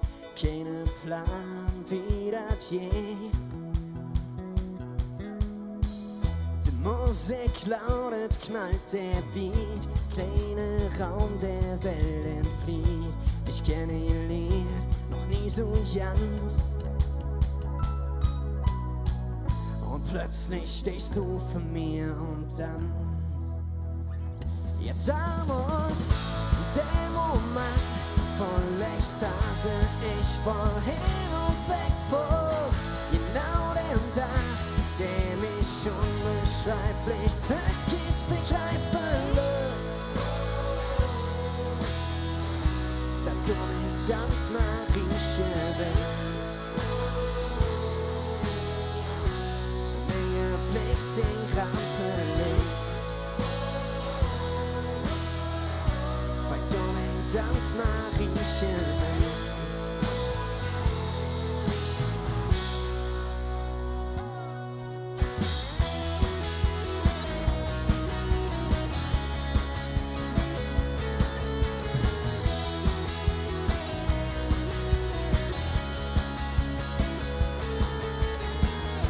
Dinge Crew unterwegs, merkst wie flüchtet sich von je. Selber Ort und selber Spiel. Unsere Gläser niemals leer, ruhig zu bleiben fällt uns schwer. Doch einmal kommt das Lied, bei dem ich immer dran denken will. Ja, damals, der Moment von Ekstase, ich war hin und weg von genau dem Tag, dem ich unbeschreiblich, geht's begreiflos. Du den Tanz Marieche willst, der Blick den Raum verlegt. Tanz Marieche willst. Come on, Mathieu!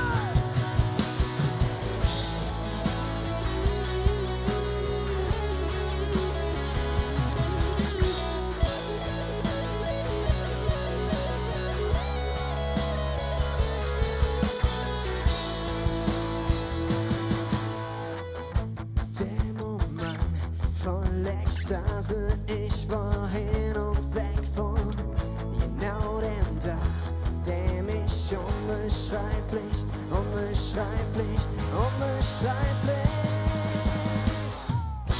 Der Moment voll Ekstase, ich war hin und weg von genau dem Tag, dem ich unbeschreiblich, geht's begreiflich. Dein Tanz Marieche willst, mir Blick den Rahmen legt, weil du dein Tanz Marieche willst. Und jetzt mit euch zu Hause. Wow. Kommt schon, das könnt ihr auch. Wow. Wo sind die tollen Menschen? Noch eine Stufe lauter. Wow. Und ihr alleine.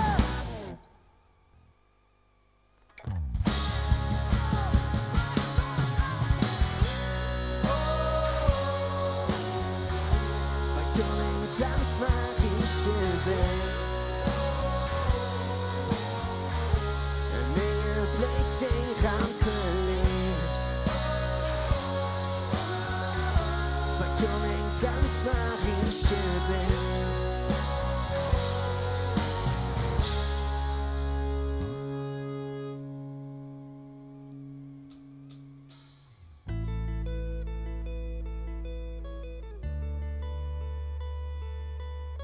Bist du Sonnenobjekt? Machen, was du willst, so keinem Sinn und bist du Sonnenobjekt. Bist du allein in deinem Traum, ohne Sinn kannst, wer du willst, ohne kurzen Moment, denn bist du Sonnenobjekt. Bist du zurück aus deinem Traum. Wir leben all im Hier und Jetzt.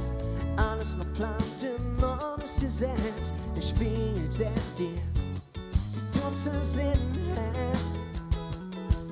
Er verhält dich fast at jeden Platz. Keine Grenze, alles kann. Der Drehbuch lebt nur in der Hand. Mach den Ohren zu und träum. Was du willst, so keine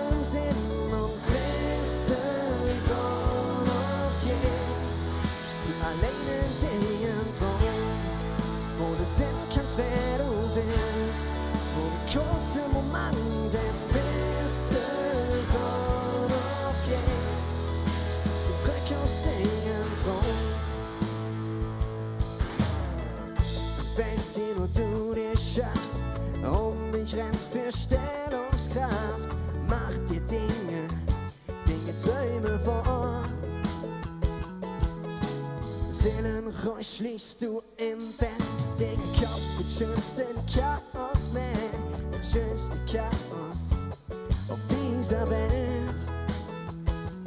Lass die Ohren zu uns drehen.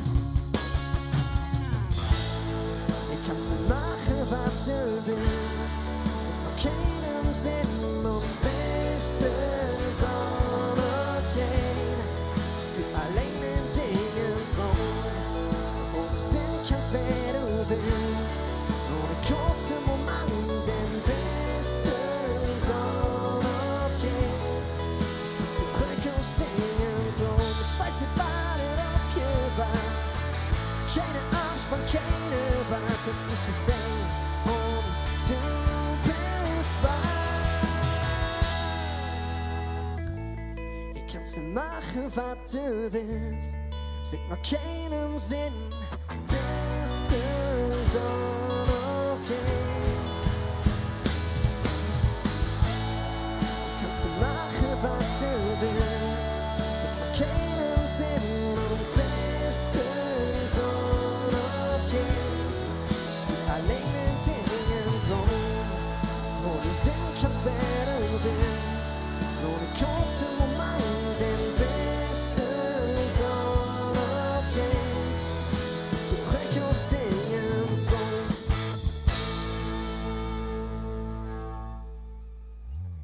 Ja, vielen lieben Dank.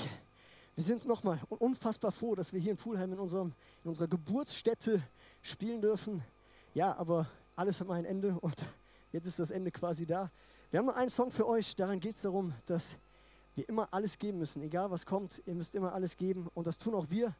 Und was wir damit erreichen wollen, ist einfach, dass die KG-Heere tanzt.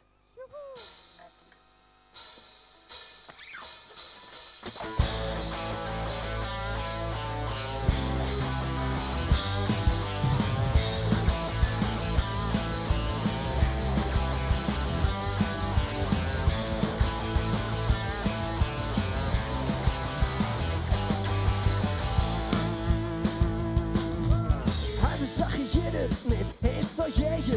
Hektisch schnell mit Filmen landet sich die Kloppe wege. Mit dir für eh nichts Besseres, ich selber find kein Geil. Shampoos und Prosecco ist so ja nicht Single-Style. Von Ost zu Süden, Ost als würde Queen singen, Lieblingsbild. Alles läuft verkehrt, wenn der FC kein Europa spielt. Der Kellner heißt doch Kürbis, ist dem Hersing beste Freund. Jede Tür auch alt, wenn keine tanzt, dann jedes Vollgas hätte war Verstand. Wenn keine tanzt, jedes kein Heide ist, außer Rand und Wand. Wenn keine tanzt, nur für sich. Komm, keine tanzt, auch für mich. Komm, keine.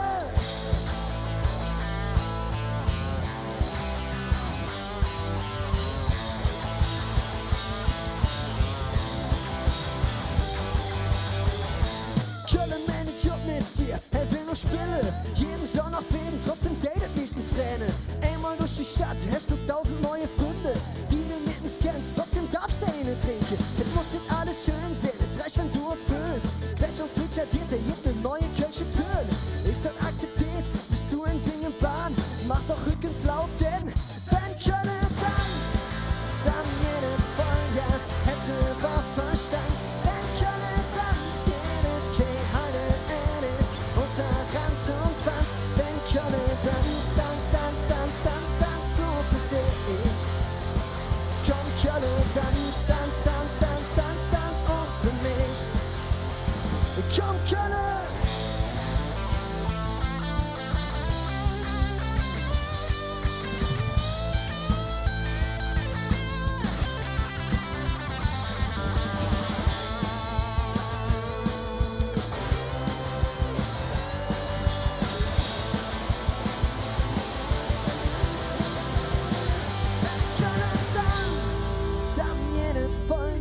Hätte war Verstand, wenn keine tanzt, jedes kein Heide ist, außer Rand und Band. Wenn keine tanzt, dann jedes Vollgas, hätte war Verstand. Wenn keine tanzt, jedes kein Heide ist, außer Rand und Band. Wenn keine tanzt, nur für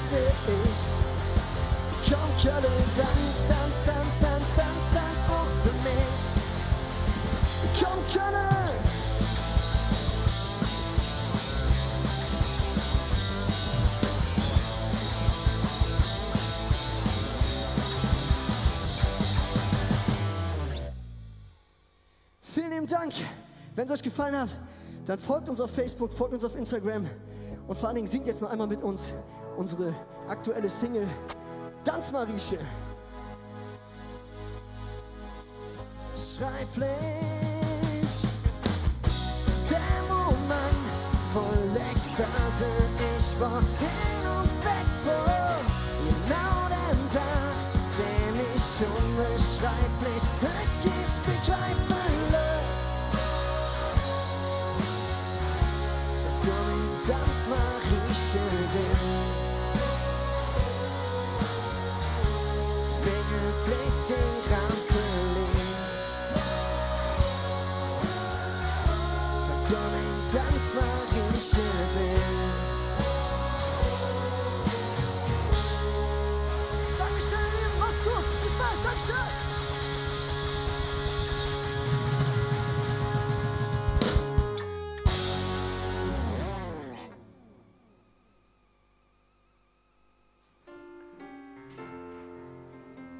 Ja, ihr Lieben, ich glaube, an den Namen Alois sollten wir uns für die Zukunft schon mal gewöhnen. Da wird garantiert noch mehr kommen. Und zu unserem Bürgermeister, lieber Frank, wenn mich nicht alles täuscht, du hast einen neuen Anzug, kann das sein? Müssen wir die Tage noch mal drüber sprechen. Euch, liebe Zuschauer, kann ich doch nur mal den Hinweis geben, auf dem YouTube-Kanal der KG wird ab morgen alles auch noch, so lange wie das Netz es speichert, zu sehen sein. Also wenn ihr wollt, guckt rein, auch im Nachhinein noch auf den YouTube-Kanal der KG. Spendenkonto, wie sieht's aus? Top, danke Rainer. Wir haben mittlerweile die 2000 € geknackt, unter anderem mit einer Spende von Frank und Dagmar Duschek, 111 €. Ja, dazu kommt noch Margret und Gerd Maas mit 100 € und nochmal 100 € von Winnie und Rüdiger Lennertz. Und an der Stelle möchten wir uns auch bedanken bei allen Vereinen des Festkomitee Pulheimer Karneval. Einmal, weil sie die Sitzung, die üblicherweise stattfindet für Hand in Hand, natürlich immer unterstützen, aber heute auch schon viele Spenden bei uns eingegangen sind. Vielen, vielen Dank. Ja, dann hoffen wir mal, dass es noch ein bisschen so weitergeht. Wie geht es weiter? Das ist oft eine entscheidende Frage. Freud und Leid liegt im Faste leer, sehr nah beisammen. Und das haben wir gerade in der diesjährigen Session gemerkt. Als die Damen voriges Jahr proklamiert waren, habe ich das dann designierte Dreigestirn im Saal schon vorgestellt. Aber es ist leider nicht zu diesem Dreigestirn gekommen. Sie haben die ganze Zeit bis zum Schluss lange überlegt, innovativ überlegt, was können wir machen, wie können wir die Kiste noch retten, aber es hat leider nicht gepasst. Die drei sagen aber gleich selbst noch mal ein bisschen was dazu in einem Einspieler. Insbesondere möchte ich jetzt aber die designierte Jungfrau von damals noch mal erwähnen. Denn sie hat unser Vereinsleben kräftig auf den Kopf gestellt. Ohne ihn, in der Technik sitzend, Daniel Müller, wäre dieser ganze technische Klimbim hier gar nicht möglich gewesen. Ihr seht, wir sind hier gespickt mit Technik und als Alhere alleine hätten wir das nicht auf die Beine stellen können. Lieber Daniel, herzlichen Dank dafür. Ja, das gibt mir eigentlich wieder die beste Überleitung, denn was passt zu einer solch technischen Rebellion musikalisch dazu? Ich denke, viel Spaß gleich mit den Stadtrebellen. Liebe Zuschauer, um mich herum sitzt ein Dreigestirn. Ich gebe zu, man sieht es nicht auf den ersten Blick. Es wäre ein Dreigestirn gewesen, sagen wir mal so. Und jetzt lese ich mal vor, der Prinz, der sitzt ja neben mir, der ist der Markus Kluck und der ist Geschäftsführer von Kluck Umwelt Logistik. Links neben mir sitzt der Bauer, das ist der Lars Klimek. Der ist Anwalt für Bau- und Architektenrecht, ne? Genau. Wusste ich gar nicht, dass es sowas gibt. Ja. Architektenrecht. Ja. Die armen Architekten haben es schwer, an ihr Honorar zu kommen. Ja, das ist wohl wahr. Ja. Und da hilfst du dann? Da helfe ich denen bei, ja, gerne. Ach so, und auch wenn ich jetzt kein Honorar bekomme, würdest du dich dafür einsetzen, für mich, sag mal, das wären jetzt weit über 30 € für dieses Interview. Unbedingt. Unbedingt, bis zum letzten. Ja. Und dein Honorar wären 130? Da müssten wir dann drüber sprechen, ob sich das rechnet. Okay, und da hinten sitzt der Die Jungfrau, der Daniel Müller, TV-Regisseur, also hauptsächlich Fernsehen. Also wie gesagt, Sie sind leider kein Dreigestirn geworden. Wir wissen alle warum. Die Pandemie hat alles zurückgestellt. Und jetzt will ich mal wissen, wann ging das los mit dem, wir haben wahrscheinlich keine Chance, Dreigestirn zu werden? Ja, keine Chance.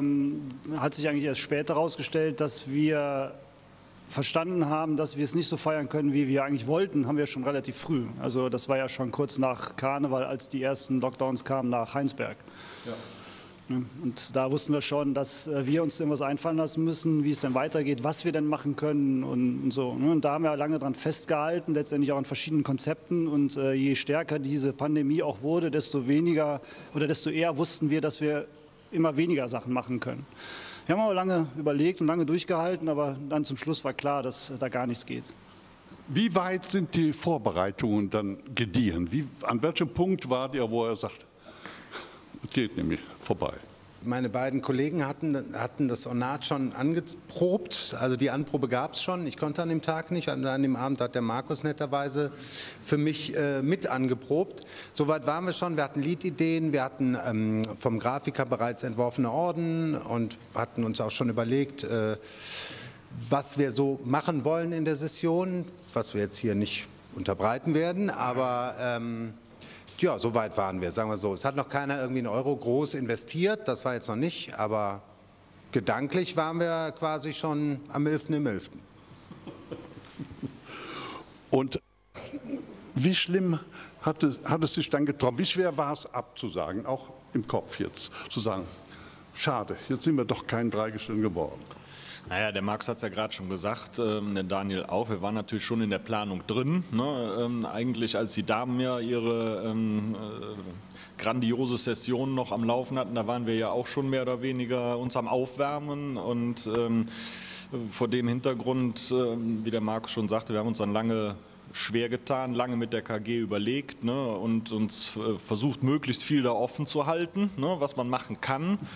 Aber irgendwann war es dann bei uns soweit, dass wir gesagt haben, ja, das wird nichts werden im Zweifel. Und dann fällt man natürlich erstmal in ein tiefes Loch. Ne? Man hat viel Zeit investiert, die Vorfreude, man hat ja auch die Equipe, ne? Die Freunde, die mitmachen, einen unterstützen, alles, das hat man ja um sich schon geschart dann zu der Zeit. Und je größer dadurch natürlich die Vorfreude wurde, desto tiefer wurde das Loch, ne? In das man dann letzten Endes gefallen ist.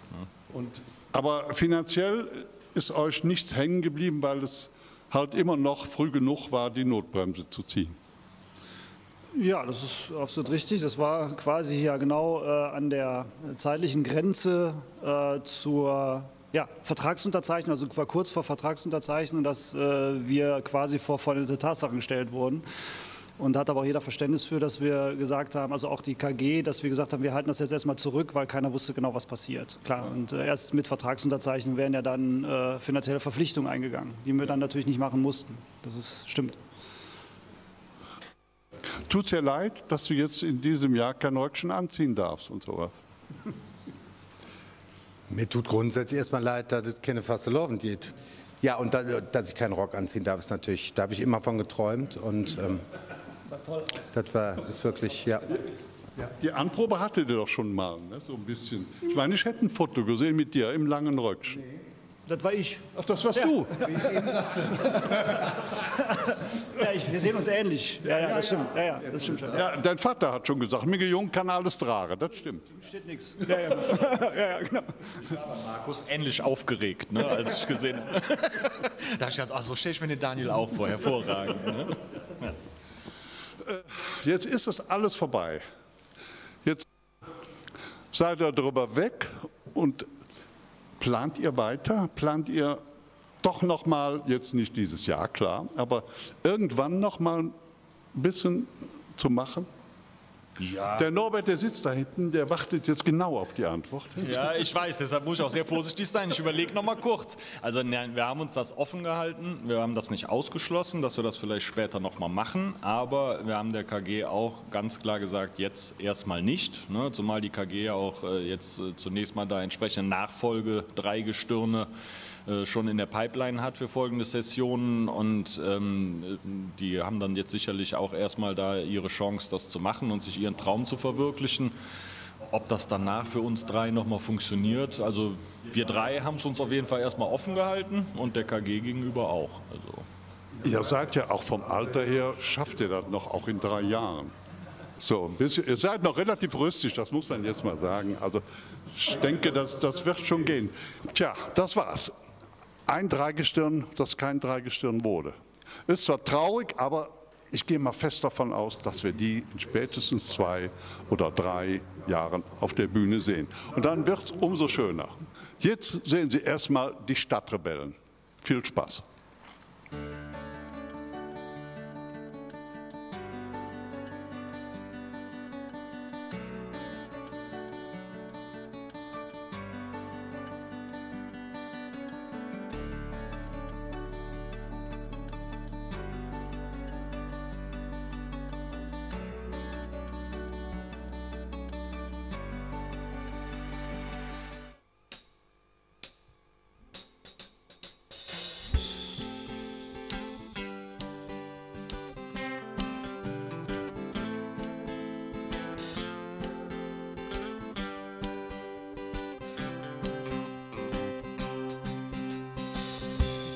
Sonntag, 10 Uhr früh, ich nimm dich an der Hand und Jon mit dir der ganzen Tag an der Ringpromenade entlang. Die Sonne lacht uns in das Gesicht und die Fische flippen aus. Lief Lisbeth, et wird gesurft, der Sport jeder mir uns. Hey Lisbeth, lass mal surfen, Jon am Ring. Hey Lisbeth, das wird ein super Ding. Hey Lisbeth, lass mal surfen, Jon am Ring. Hey Lisbeth, am besten mit nem Drüben. Mir bestelle dann bei Neckermann Surfbrett voll im Wahn. Bezahle dummer in Rate dann, das Geld kriegen wir von dem Mann. Lebe lang, Garantie, mit Sonnencreme, das ist fair. Wassersport, das ist so schön, umringt solche Schiffsverkehr. Hey Lisbeth, lass mal surfen, Jon am Ring. Hey Lisbeth, das wird ein super Ding. Hey Lisbeth, lass mal surfen, Jon am Ring. Hey Lisbeth, am besten mit nem Drüben.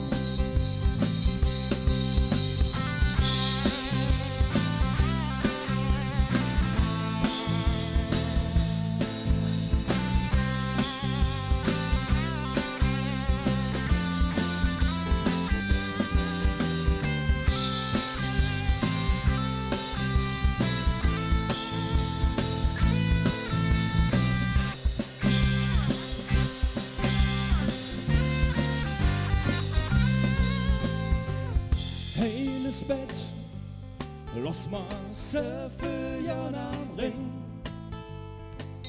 Hey Lisbeth, das wird ein super Ding. Jetzt könnt ihr ein bisschen mitsingen. Hey Lisbeth, lass mal surfen, Jon am Ring. Hey Lisbeth, am besten mit nem Drüwing. Wer Multitasking ist, auch mitklatschen. Hey Lisbeth, lass mal surfen, Jon am Ring. Hey Lisbeth, das wird ein super Ding. Ein letztes Mal noch. Hey Lisbeth, lass mal surfen Jan am Ring. Hey Lisbeth, am besten mit nem Brühring. Hey! Hey Lisbeth, lass mal surfen Jan am Ring. Hey Lisbeth, das wird ein super Ding. Hey Lisbeth, lass mal surfen Jan am Ring. Hey Lisbeth, am besten mit nem Drüwing. Vielen lieben Dank. Bis demnächst.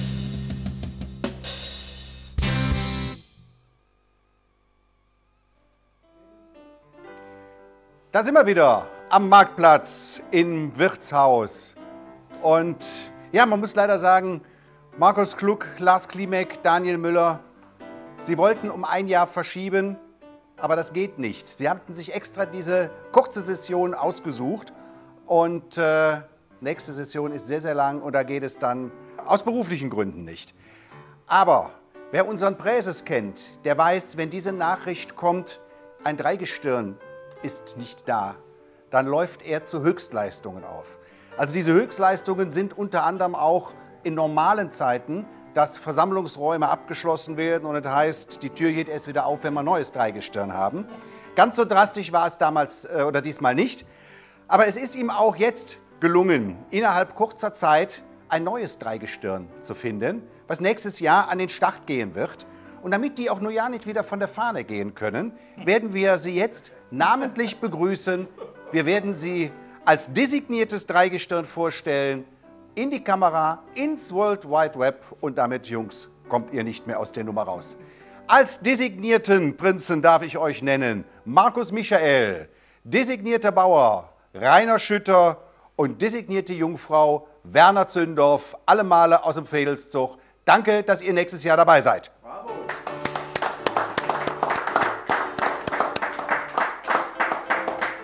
Ja, was ein Dreigestirn so alles erleben kann, haben die Damen eben ein bisschen erzählt. Was ich noch nicht so genau erzählt habe oder ihr gesehen habt, wir sind von unserem Bundestagsvertreter hier aus dem Rhein-Erft-Kreis nach Berlin eingeladen worden und sind mit einem riesengroßen Tross dorthin gefahren. Weiterhin eingeladen dann auch vom Berliner Prinzenpaar haben wir 2 wunderbare Tage dort verbracht und ich kann euch nur sagen, es war nicht leicht, diesen Tross in Berlin zu handeln. Ihr werdet gleich ein bisschen was dazu sehen, ihr werdet das Grußwort von Dr. Georg Kippels hören und auch ein bisschen was an Bildmaterial. Danach kann ich euch versprechen, geht's ins Ohr, es wird das Bein bewegen und das Herz warmen. Rock, Ska und Karnevalsmusik, das zusammen musikalisch im Anschluss erfahrt ihr durch Gedöns. Lev Karnevalsjacke bei euch zu Hus. Jetzt sitz ich he und han Verdruss. Was hatte man letztes Jahr eine schöne Klav? Drum rufe ich euch zu, dreimal Pullem Alaf. Ein Jahr ist es jetzt her, als uns das Dreigestirn und die Delegation der KG Aalheere hier in Berlin besucht hat. Tolle Stunden, tolle Tage, eine fantastische Atmosphäre, ein tolles Damendreigestirn und heute alles etwas ruhiger. Aber der Karneval findet auch im Herzen statt, deshalb rufe ich euch mit Begeisterung zu. Lasst euch nicht unterkriegen, macht weiter. Im nächsten Jahr sehen wir uns alle wieder gemeinsam hier in Pulheim im Rhein-Erft-Kreis mit den Alten und den neuen Aktiven, mit den Begeisterten, mit den Kindern und mit allen denen, die den Karneval im Herzen tragen. Deshalb noch uns von Heus, Berlin, Rhein-Erft und Pullen, Alaf. Alles Gute, euer Georg Kippels. Liebe Aalheere Pulheim, liebes Damendreigestirn, lieber Norbert. Karnevalistische Grüße aus Berlin. Wir denken gerne an unser Treffen im Erdinger am Gendarmenmarkt zurück. Wir sind glücklich, dass wir euch alle kennenlernen durften. In der Hoffnung auf eine normale Session 2021-2022 wünschen wir euch alles Gute, viel Spaß an der Freude und bleibt gesund. Darauf ein dreifaches Berlin, Hajo und Pulheim, Alaf.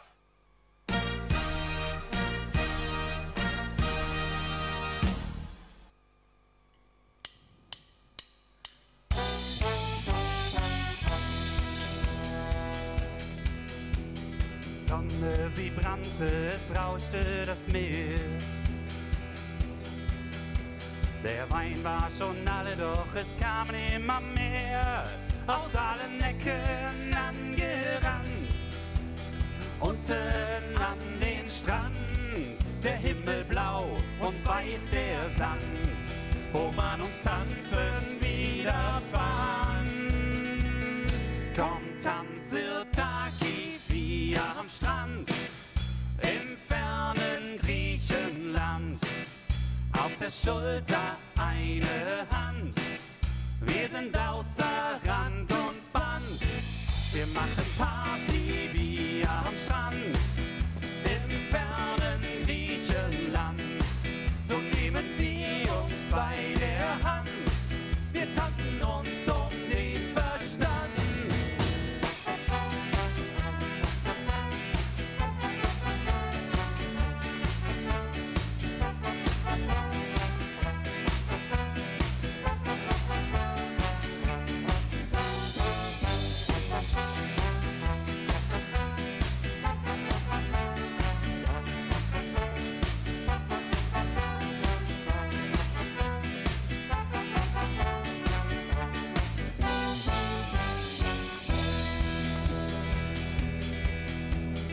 Wolken, sie hingen so dunkel und schwer. Im August 17 Grad, jedenfalls ungefähr. Am Himmel eine Regenwand, in Gedanken noch am Strand. So nehmen wir uns bei der Hand und tanzen bis nach Griechenland. Komm, tanz Sirtaki, wie am Strand, im fernen Griechenland. Auf der Schulter eine Hand, wir sind außer Rand und Band. Wir machen Party wie am Strand, im fernen Griechenland. So nehmen wir uns bei der Hand, wir tanzen bis nach Griechenland.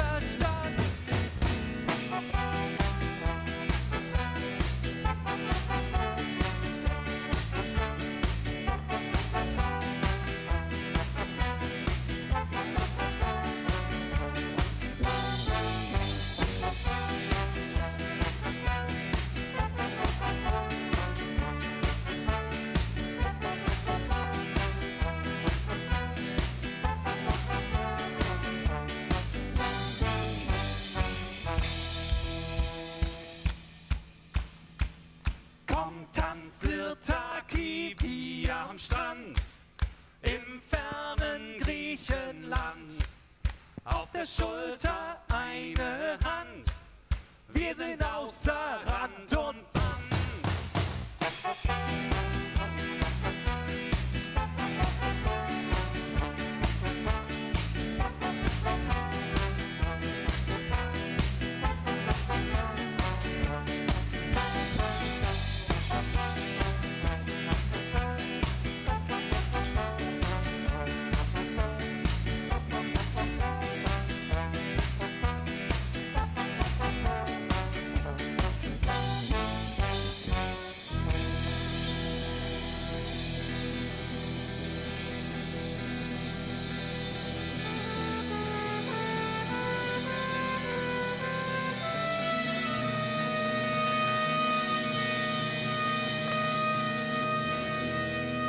Applaus für unsere Trompeter!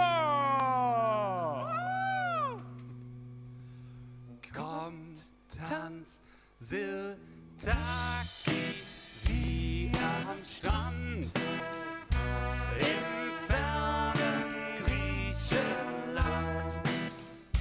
Auf der Schulter eine Hand, wir sind außer Rand und Band. Wir machen Party wie am Strand, im fernen Griechenland. So nehmen wir uns bei der Hand, wir tanzen uns um den Verstand.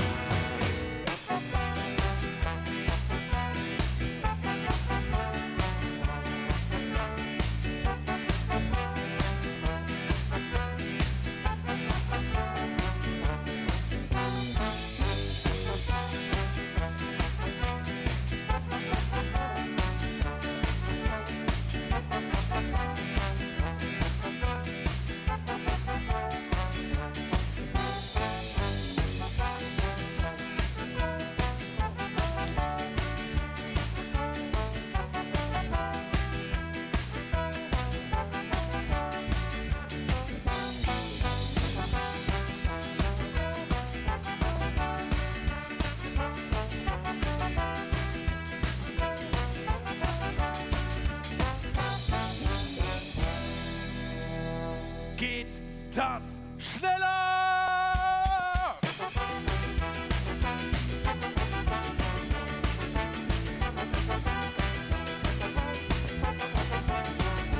Noch schneller.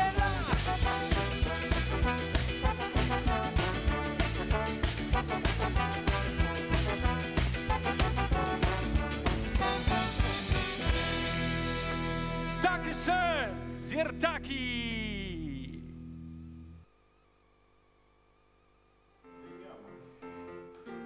Ja, da sind wir wieder. Live und in Farbe. Inzwischen ja schon. Ich möchte mal auf eine Sache kurz eingehen. Wir haben ja diesen WhatsApp-Gedönse-Chat da, wo ihr was schreiben könnt. Und eine häufig gestellte Frage ist, was trinkt ihr da?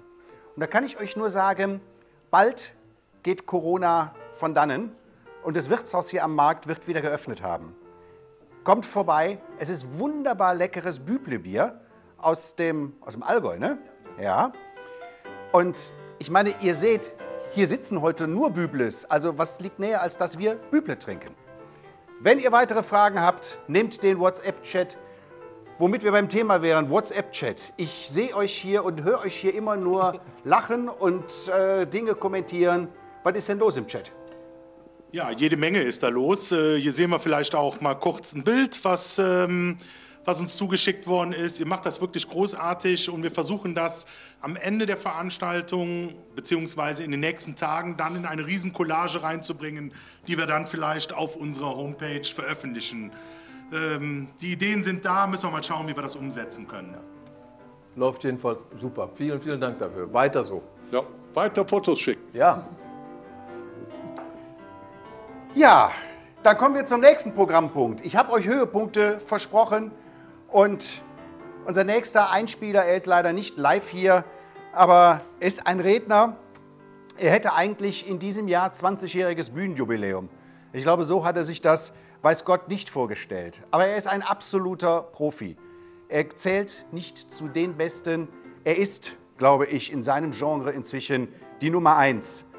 Als Profi begeisterte er bei der Prinzenproklamation, beim Jackstream und angesprochen auf unser Vorhaben, was wir heute hier ausstrahlen, hat er direkt gesagt, ich bin dabei, ich werde meinen Teil dazu beitragen, dass das ein gelungener Abend wird. Er hat es auch gemacht, unterstützt wurden wir von der Kreissparkasse hier in Pulheim. Und ich sage, viel Spaß jetzt mit Martin Schops. Lev Pulhemer Karnevalsjecken. Herzlich willkommen bei der Kreissparkasse Köln. Tja, eigentlich ist um diese Zeit, nämlich an Viva Fastelovend, viel, viel mehr hier los. Die ganze Kassenhalle steht voll, alle freuen sich, tja, und feiern Karneval. Aber dieses Jahr ist alles anders. Ich bin quasi alleine hier, die Putzfrau ist auch schon weg. Und ich habe mir gedacht, es wäre doch vielleicht schön, wenn wenigstens einer hier wäre und uns was vortragen könnte. Oder? Ich glaube, ich habe jemanden gefunden. Oh, da ist er ja. Ja, wir zwei sind nicht ganz allein. Ja, das stimmt. Mit einem Kameramann. Hallo, grüß dich. Hi. Ja, das ist eigentlich immer das Highlight der Session hier in der Kreissparkasse. Ich freue mich immer, dass so viele Leute kommen, aber wie gesagt, dieses Jahr ist alles anders. Und deswegen freue ich mich umso mehr, dass du hier bist, weil du bist nämlich zum ersten Mal hier in der Kreissparkasse in Pulheim. Und damit du mal einen kleinen Einblick davon bekommst, wie es hier so Weiberfastnacht abgeht, machen wir zwar jetzt mal die Augen zu und dann spulen wir zurück auf letztes Jahr. Okay. Das ist mein Hut dazu, den lege ich mal hier hin. So, Augen zu.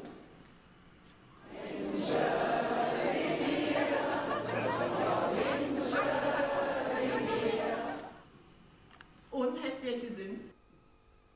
Ich glaube, das letzte Mal war das beim Testschlafen, habe ich mal in so einem Labor mitgemacht.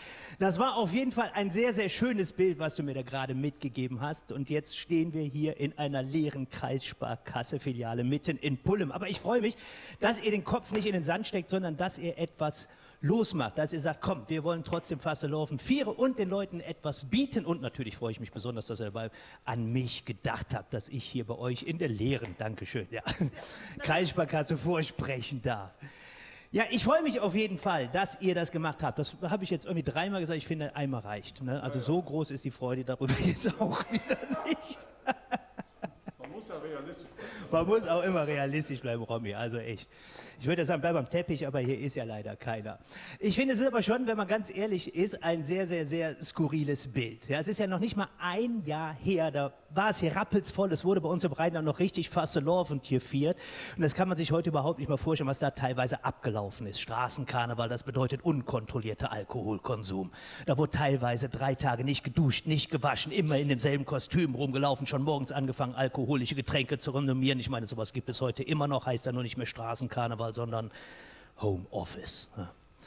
Das ist ja ein Thema, was uns zuletzt alle mehr oder weniger beschäftigt hat. Ich finde, es hat Vorteile, hat aber auch Nachteile. Und das Schlimmste am Homeoffice ist ja, man kommt ja immer irgendwann an den Punkt, da hat man keinen Bock mehr. Ne? Da hockt man nur noch total unmotiviert vor seiner Arbeit und wünscht sich nichts mehr, als endlich nach Hause gehen zu können. Und dann stellst du fest, Mist, bin ja schon da. Meine Frau und ich, wir waren auch zusammen im Homeoffice, finde, dass sich dadurch einiges verändert hat. Teilweise sogar die Bedeutung der Sprache. Nehmen wir mal so eine ganz normale Gesprächseröffnung in so einer Frühstückspause. Ja, so ein Satz wie, also der Verkehr heute Morgen, der war ja wieder fürchterlich. Ne? Der kriegt ja im Homeoffice mit der einen Frau eine ganz andere Bedeutung. Ne? Irgendwann kam ja auch noch erschwerend hinzu, man muss ja nicht nur seinen eigenen Kram schaffen im Homeoffice, sondern nebenbei auch noch seine eigenen Kinder beschulen. Und das war ja auch kein Zuckerschlecken, als plötzlich alle Schulen geschlossen waren. Ich glaube, wer sich mal 5 Minuten mit seinem eigenen pubertierenden Nachwuchs hingesetzt hat und versucht hat, den zu beschulen, der hat schon nach 2 Minuten gemerkt, okay, anscheinend war der Lehrer doch nicht das größte Problem. Ne? Auf der anderen Seite hast du natürlich auch gemerkt, die Lehrer, oder wir Lehrer, wir sind auch an unsere Grenzen gestoßen. Als der Online-Unterricht losgegangen ist, habe ich gedacht, boah, also Deutschland hat definitiv Nachholbedarf in Sachen Digitalisierung. Ich glaube, wenn der gute alte Goethe sein Erlkönig im Jahr 2020 geschrieben hätte, dann hätte das Gedicht nicht angefangen mit »Wer reitet so spät durch Nacht und Wind, es ist der Vater mit seinem Kind«, sondern »Wer verzweifelt am Bildschirm, schon blass das Gesicht, es ist ein Lehrer, Digitalunterricht«. Er grübelt, erklärt, er macht und tut, seine Schüler raffen nichts, in ihm steigt die Wut. Mann, sind die dumm, verstehen nichts von dem Stoff. Dann kommt eine Mail. Digga, dein Mikro ist off. Oh, ja. Die nächsten Stunden fuchtelt, er will, doch der Ton, er bleibt stumm. Dafür dreht sich das Bild. Aber so ein erfahrener Lehrer ist ja nicht dumm, er schnappt sich das iPad und dreht es um.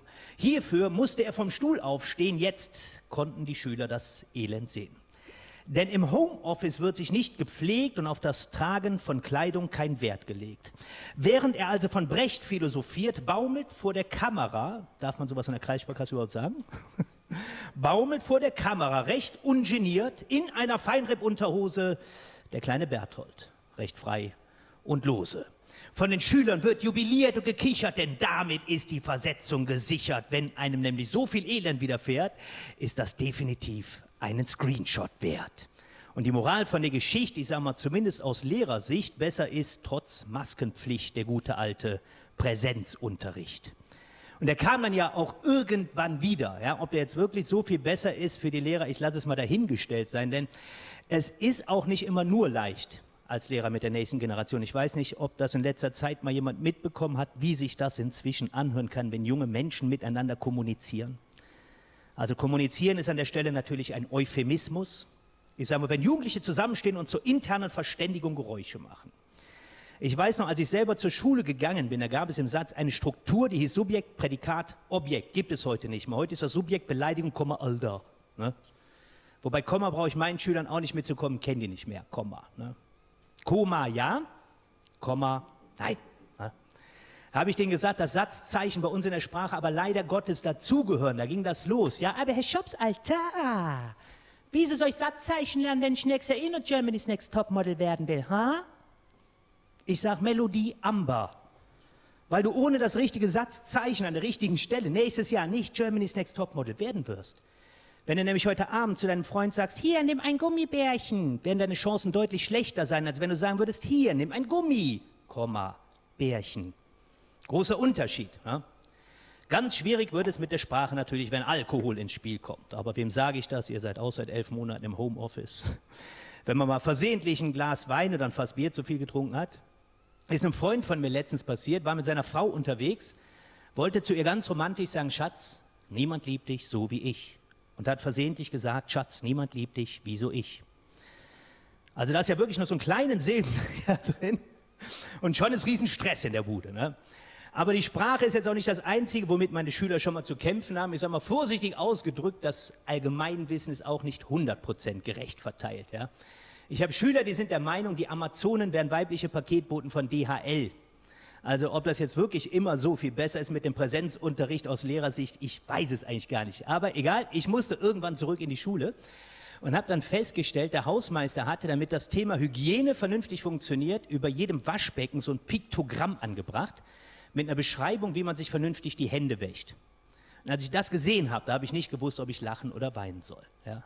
Ich meine, das muss man vorstellen. Wir sind in Deutschland im Jahr 2021 und da lernen wir, wie uns die Hände zu waschen haben. Hängt die Bilder wieder ab, bitte. Zumindest bei uns im Rheinland. Wir Rheinländer, wir wollen doch keine Beschreibung, wie uns die Hände zu waschen haben. Wir haben das mit der Muttermilch aufgesogen. Wir wissen über 1000 Jahren, wie das läuft. Eine Hand wäscht die andere. Punkt. Ja. Ist bei uns das ganze System in der Stadt drauf aufgebaut. Naja. Aber ist euch mal was aufgefallen? Seit wir uns alle wieder regelmäßig die Hände waschen und ständig desinfizieren, selbst auf kleinen Familienfeiern, haben Erdnüsse keinen Geschmack mehr. Da sollte man nicht zu intensiv drüber nachdenken. Ne? Aber was ist das wirklich? Was ist das für eine bescheuerte Zeit? Ja? Im Jahr 2020, da wurde mehr Alkohol in den Händen verrieben als gesoffen und das war gar nicht so leicht, denn ich habe gelesen, 70% der Deutschen haben in den ersten 2 Wochen nach dem Lockdown angefangen, ihre Weinvorräte zu leeren. Ja, ich war einer davon. Mittags mal Gläschen Weißwein im Homeoffice, kein Problem. Ja, so 10, 11 Uhr. Meine Frau war damit übrigens gar nicht einverstanden. Haben wir mal zusammen am Frühstückstisch gesessen. Ich sage, hör mal Schatz, wo ist denn der Weißwein? Sagt sie, hast du mal auf die Uhr geguckt? Ich sage, ja, habe ich, da ist er nicht. Du bist ja echt wahnsinnig geworden. Ne? Aber um jetzt nochmal auf diese ganze Händewasch- und Hygienethematik zurückzukommen, das Ganze ist ja wirklich wichtig, um die Infektionskette zu unterbrechen. Und da habe ich auch mal mit meinen Schülern drüber gesprochen. Der Jonah Malte, einer meiner schlauesten Schüler, der hat das mal wunderbar zusammengefasst. Er hat gesagt, bei einer nicht ganz hygienischen Blutsaugerei in der zentralchinesischen Provinz Wuhan hat sich eine Fledermaus mit einem bis dato neuartigen SARS-Virus infiziert. Weil die Fledermaus aber polyresistent gegen dieses Virus gewesen ist, ist sie nicht selber erkrankt, sondern nur Träger dieses Viruses geworden. Dann kam eine Schlange, dann hat die Fledermaus gefressen, dadurch hat die Schlange mit dem Virus infiziert. Dann kam ein Gürteltier, hat die Schlange gefressen, dadurch hat sich das Gürteltier mit dem Virus infiziert. Dann ist dieses Gürteltier auf einem Viehmarkt in Wuhan einem Chinesen zum Verzehr angeboten worden. Und weil der Chinese im Gegensatz zu den Tieren nicht polyresistent gegen dieses Virus gewesen ist, ist er furchtbar krank geworden und hat im Anschluss die halbe Welt angesteckt. Da sagt Jonah Malte, genau so ist es gewesen, perfekt erklärt. Die anderen soweit verstanden, hat da irgendeine Frage dazu, dann meldet sich Original Brooklyn Maddox Schmitz und sagt, ey Jonah Malte, Digga, ey, das habe ich so gerafft, ne? Aber eine Sache habe ich nicht so verstanden bei deiner Erklärung. Ne? Welcher bescheuerte Europäer hat den Chinesen gefressen? Ich glaube, das ist der schlechteste Witz, den ich je erzählt habe. Aber es ist ja kein Publikum da, was mit Feedback gibt. Also könnt ihr euch zu Hause jetzt selber überlegen, ob ihr den nochmal zurückspulen wollt, um den zu feiern, oder aber ob ihr das übergehen wollt. Jetzt habe ich so viel über die Veränderung der Zeit philosophiert. Ich mache mir seit einigen Jahren aber nicht nur Gedanken darum, wie sich die Zeit zuletzt verändert hat, sondern ich frage mich bei all diesen Veränderungen immer wieder, wie geht es weiter? Wie sieht es bei uns auf dem Planeten und vor allem auch im Rheinland wohl aus im Jahr 2040? Was mir dazu eingefallen ist, habe ich in einem sogenannten Zukunftskrätzchen verarbeitet. Jetzt kommt gleich ein kleiner Umbau.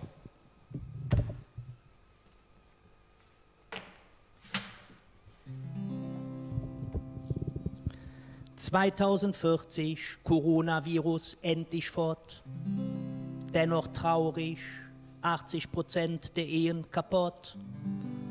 Durch das plötzliche Ende der Maskenpflicht sahen viele zum ersten Mal dem Partner sein Gesicht.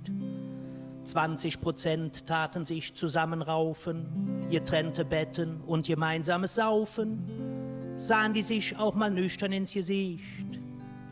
Leider nicht. Mit seiner Idee, ein Corona-Desinfektionsmittel zu saufen, tat Donald Trump der Wissenschaft endgültig den Rang ablaufen. Davon beflügelt empfahl er Kichererbsen jenen Trauer und Leid und Eierlikör jenen Unfruchtbarkeit. ABC-Pflaster jen Legasthenie, Tintenkiller gegen blaue Flecken am Knie, empfahl er auch Klopapier jen sein Arschgesicht. Leider nicht. Ex-Sportler kriegt ein Angebot, Zweitkarriere Hollywood. Philipp Lahm begeisterte als der kleine Lord die Cineaste. Mesut Özil in Edgar Wallace, der Frosch mit der Maske. Auch Boris Becker konnte man in einer Hauptrolle entdecken. Harry Potter und die Besenkammer des Schrecken. Bekam er von seiner Gage auch was zu Gesicht? Leider nicht. Fastelovend gehört jetzt zu den International Show Events. Deshalb heißt Stippefütsche jetzt Cologne Backside Rubble Dance. De Höhner jon als Krautmakers Chicken Combo über das Parkett. Und Mark Metzger als The Man with the Blurch in the Head. Auch de Klüngelköpfe an ihre Namen übersetzt heißen jetzt You know each other, you help each other heads. Nur 2 Wörter überstand der ganze Klav. Polem Ahalav.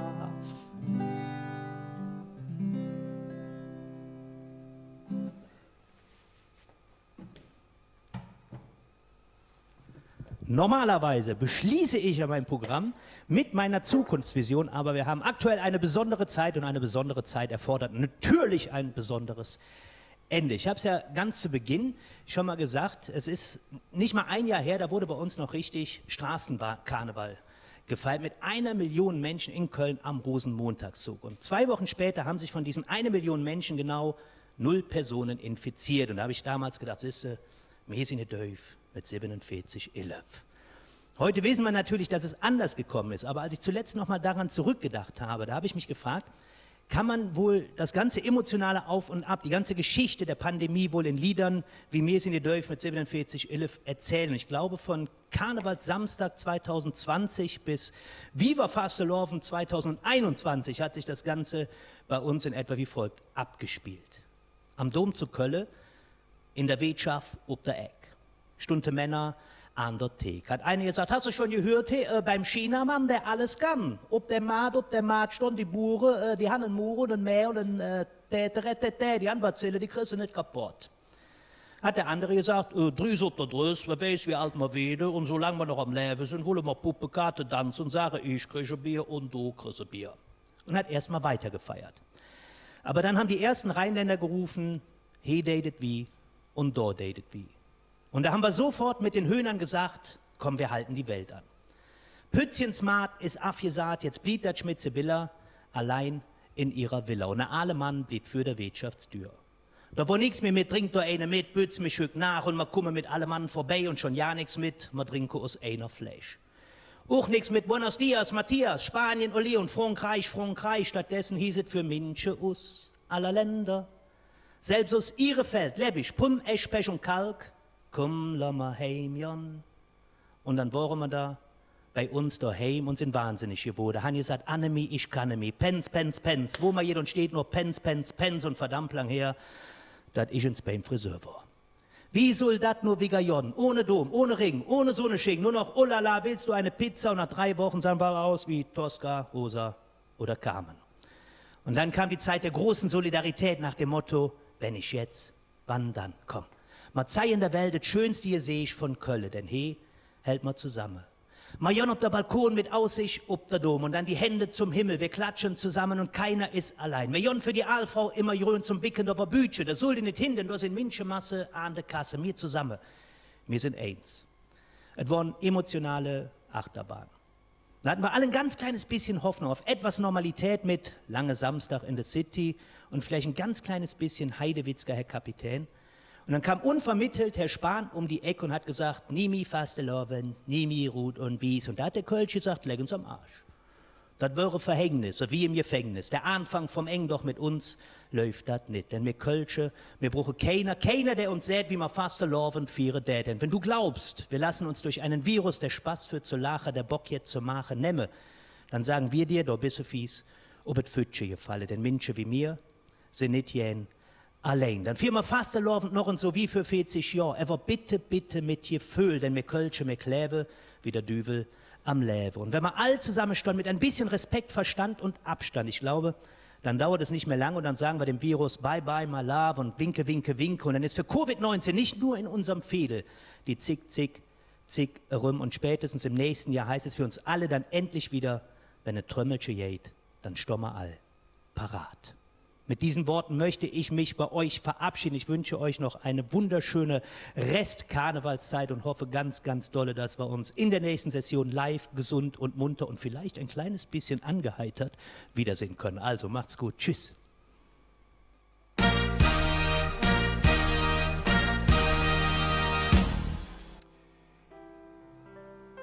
Ja, und ich sage euch, ruckzuck sind wir natürlich auch wieder rübergelaufen von der Sparkasse, von Martin Schops, hier ins Studio. Und da sind wir wieder. Da gehen wir doch gleich mal wieder zu euch nach drüben. Ja. Wie sieht's aus an der Spendenfront? Ach, wir haben richtig Spaß hier. Also zum einen natürlich mit dem WhatsApp-Chat, das ist wirklich klasse. Aber die Spenden laufen auch super weiter. Wir haben 111,11 € von Rolf und Christa Klein, 111,11 € von Dr. Norbert Windel, meinem Ratsbruder, vielen Dank. 100 € von Renate Dorpeide und nochmal 100 € von der Oldtimer-Abteilung. 50 € von unserem designierten Prinzen Markus Michael, danke. Und noch 100 € von Susanne und Wolfgang Warmuth. Wir sind also jetzt bei rund 2.500 €. Ja, ich denke, ein wunderbarer Stand, den wir da erreicht haben inzwischen. Und wir haben aber leider auch schon darüber gesprochen, es ist eine seltsame Session. Es gibt keine Nubbelverbrennung, aber sie neigt sich langsam dem Ende. Auch wir als KG Alheere, habe ich eingangs schon mal gesagt, haben natürlich mit den finanziellen Auswirkungen zu kämpfen. Und in der Zeit ist es wichtig, einen Partner an der Seite zu haben, wenn es bei uns gerade um unser karnevalistisches Hauptgeschäft, um unsere Hauptaktivität geht, nämlich um unsere Sitzungen. Wir mussten etliche Sitzungen absagen. Wir mussten aber auch Dinge verschieben, die vielleicht möglich wären, vielleicht aber auch nicht. Und das geht nur mit einem Partner an der Seite, der im Dialog mit uns das Ganze zu Ende bringt und weiterbringt. Ich meine Horst Müller von der Künstleragentur Alav. Lieber Horst, an dieser Stelle ein herzliches Dankeschön an dich und euch, liebe Karnevalisten, kann ich sagen, es geht weiter. Die nächsten Sitzungsprogramme stehen für die Proklamationssitzung, für die Damen-Herren-Sitzung in der nächsten Session, aber auch das verschobene Open Air. Es wird stattfinden am 20. August 2022. Ich weiß, es ist schwer, es sind viele Zweien drin. Karten wird es bald zu kaufen geben. Wir haben als Opener denjenigen, dem ich nochmal Danke sagen möchte, der nämlich dafür gesorgt hat, dass wir alle mit Corona-Tests versorgt wurden, mit seinem mobilen Teststudio. Tim Toupé, Tim Bibelhausen, herzlichen Dank dafür, dass du uns hier getestet hast. Dann wird nicht nur er dabei sein, sondern es werden dabei sein Pavaya, Ket Baloo und die Domstürmer. Denkt dran, guckt auf unsere Homepage, bald sind die Karten zu kaufen. Hier geht es jetzt mit etwas besinnlicher Musik weiter, aber Musik, die wirklich unter die Haut geht. Freut euch mit mir auf die Rabaue.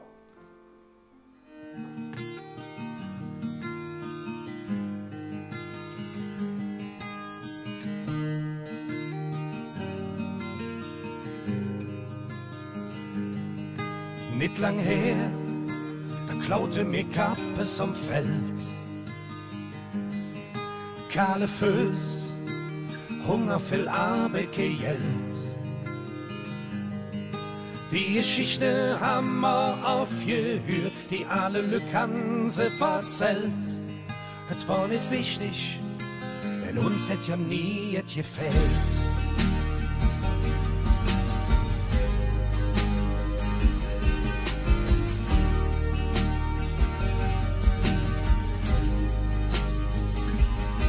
Wir haben gedacht, es tät ewig so wege Jon. Immer aufwärts, mit Vollgas mal blieben nicht stand. Doch wie schnell sich alles ändern kann in einer scheinbar heilen Welt. Die Frage wird schon lang nicht mehr gestellt. Auf einmal ist alles anders, auf einmal ist alles still. Auf einmal kann keiner mehr tun, was er will. Die Zeit heilt alle Wunden und irgendwann ist auch ein Schluss. Doch so lang bliebe mir zu Hus.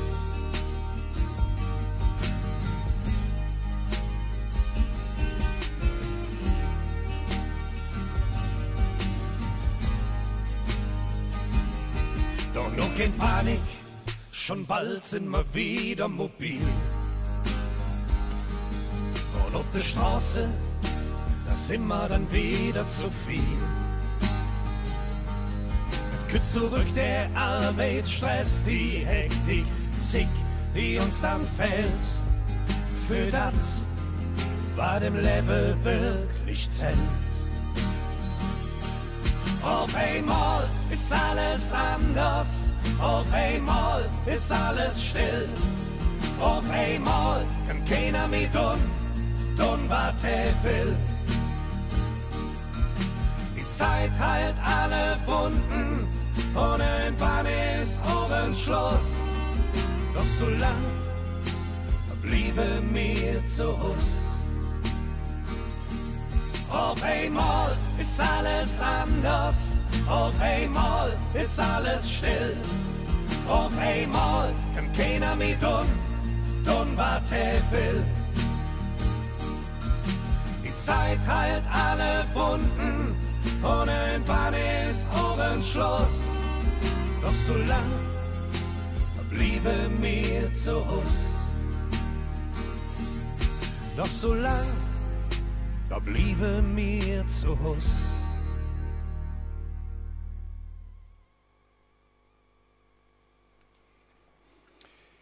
Ja, liebe Leute, so ist es. Auch ein solcher Abend geht langsam aber sicher zu Ende. Ich darf ein letztes Mal für heute aber noch mal in die Spendenbox rüberschalten. Diese Worte habt ihr jetzt noch mal als Abschluss für unser heutiges Spendenaufkommen. Ja, vielen Dank, Rainer. Erstmal nochmal der Hinweis, dass ihr auch gerne in den nächsten Tagen immer weiter spenden dürft. Das Konto ist danach also nicht geschlossen. Für heute Abend haben wir die 3.000 € definitiv geknackt. Unter anderem dann jetzt noch mit den letzten Spenden von der Firma Klug, Alfred Gerdes, schöne Grüße, 200 €.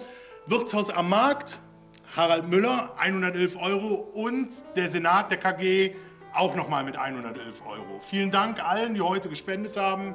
Ja, und damit wieder an dich zurück. Zurück in die Sendezentrale, sagt man an anderer Stelle. Hä? Ja, mir bleibt eigentlich auch nur, mich von Herzen zu bedanken bei allen, die hier mitgewirkt haben. Aber wie auf jeder Sitzung darf ich sie auch einzeln nennen, denn das haben sie verdient. Fangen wir an mit unserer kleinsten Saalkapelle der Session, Hubert Fendel. Dann möchte ich mich natürlich recht herzlich bedanken bei der heutigen Bühnenassistenz, unserem Gastgeber Harald Müller. Kamera und Ton, die man eigentlich nie sieht, sage ich Danke bei Peter Brodisch, Michael Strusch und Vanessa Jakob. Regie und das ganze Orga-Gedöns, was im Vorfeld dahinter hing, Günni und Daniel Müller, herzlichen Dank euch zwei. Die technische Leitung hatte Roland Possler. Ja, und dann gibt es von der KG ja auch immer ein paar, die die Rübe hinhalten müssen, wenn es funktioniert oder auch nicht. Die Hauptverantwortlichen der KG, natürlich vorne an unser Präsident Norbert Rode, aber mit dabei in diesem Boot auch Markus Schüngel und Markus Leroy. Danke. Ja, meine Damen und Herren, Lefasse-Lovensjecke. Eine schlimme Session ging zu Ende, aber sowas haben wir noch nicht erfahren und wir haben heute auch einen komischen Abend erlebt. Wir haben hier nur in Kameras geblickt. Wir hatten keine Resonanz vom Publikum, so wie wir das im Saal gewöhnt sind. Und ich möchte mich ganz herzlich bedanken für die tolle Moderation unseres Sitzungspräsidenten Rainer Iven. Rainer, recht herzlichen Dank.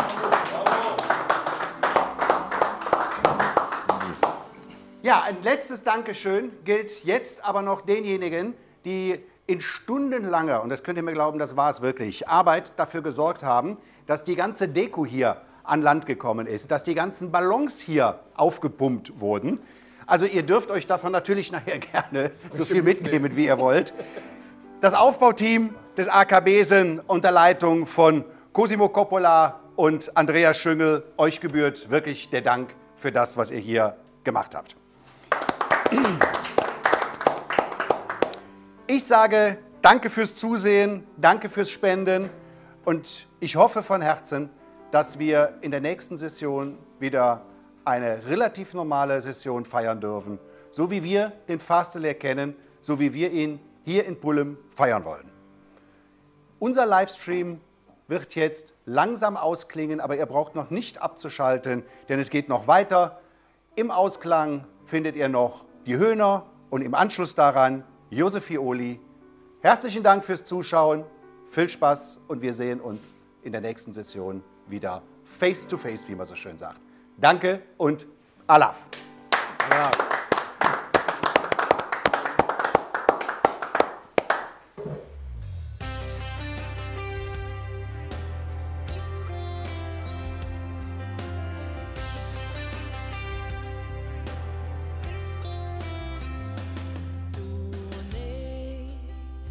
Han sich gefunden, han gesungen und viel gelacht, han gefeiert, gebützt, gesoffen, Mathe sucht, die Nacht zum Dach, zwischen Clowns und Kolumbine.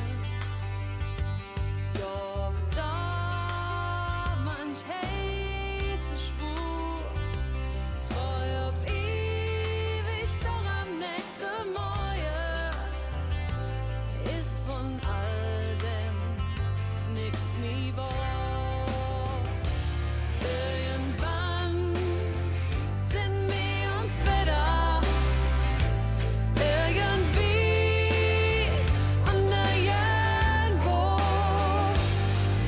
Irgendwann, vielleicht halt morgen, vielleicht auch jetzt im nächsten Jahr.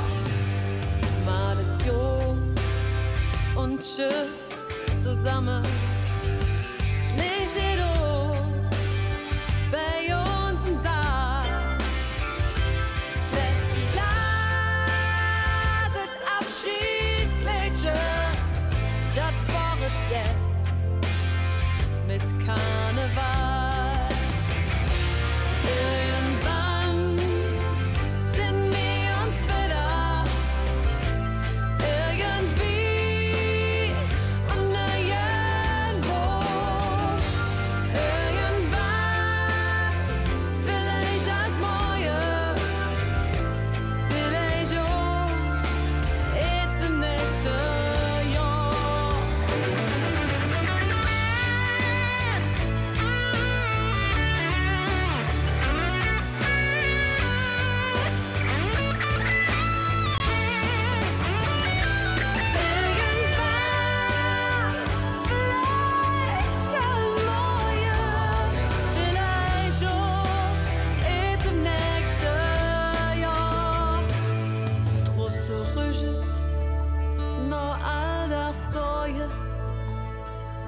Und ein Leben holt uns wieder in.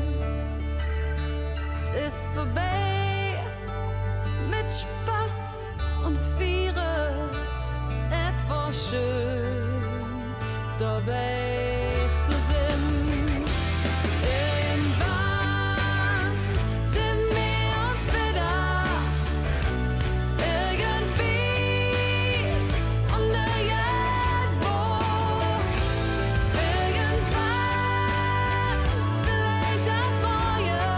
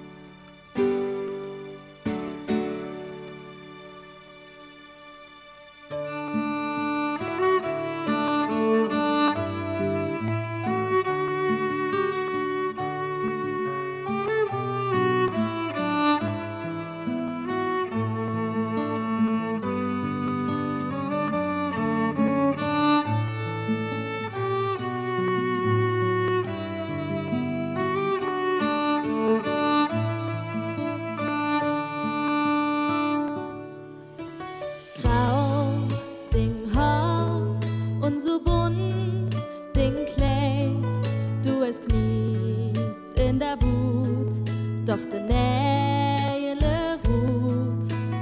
Grell geschminkt und der Fund jetzt breit. Glück, dass dir das ein steht. Du bist die Stadt, auf die man einstand. Du hättest uns als Mensch schon angetan. Du hättest herrlich lache in Gesicht. Du bist die Frau, die Otz und Wasser kriegt.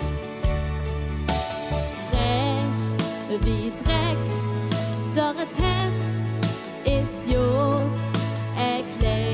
Bisschen verdächt, mit nix jetzt am Hut. Jod, laut, da das war schon mehr. All das haben wir von dir geerbt.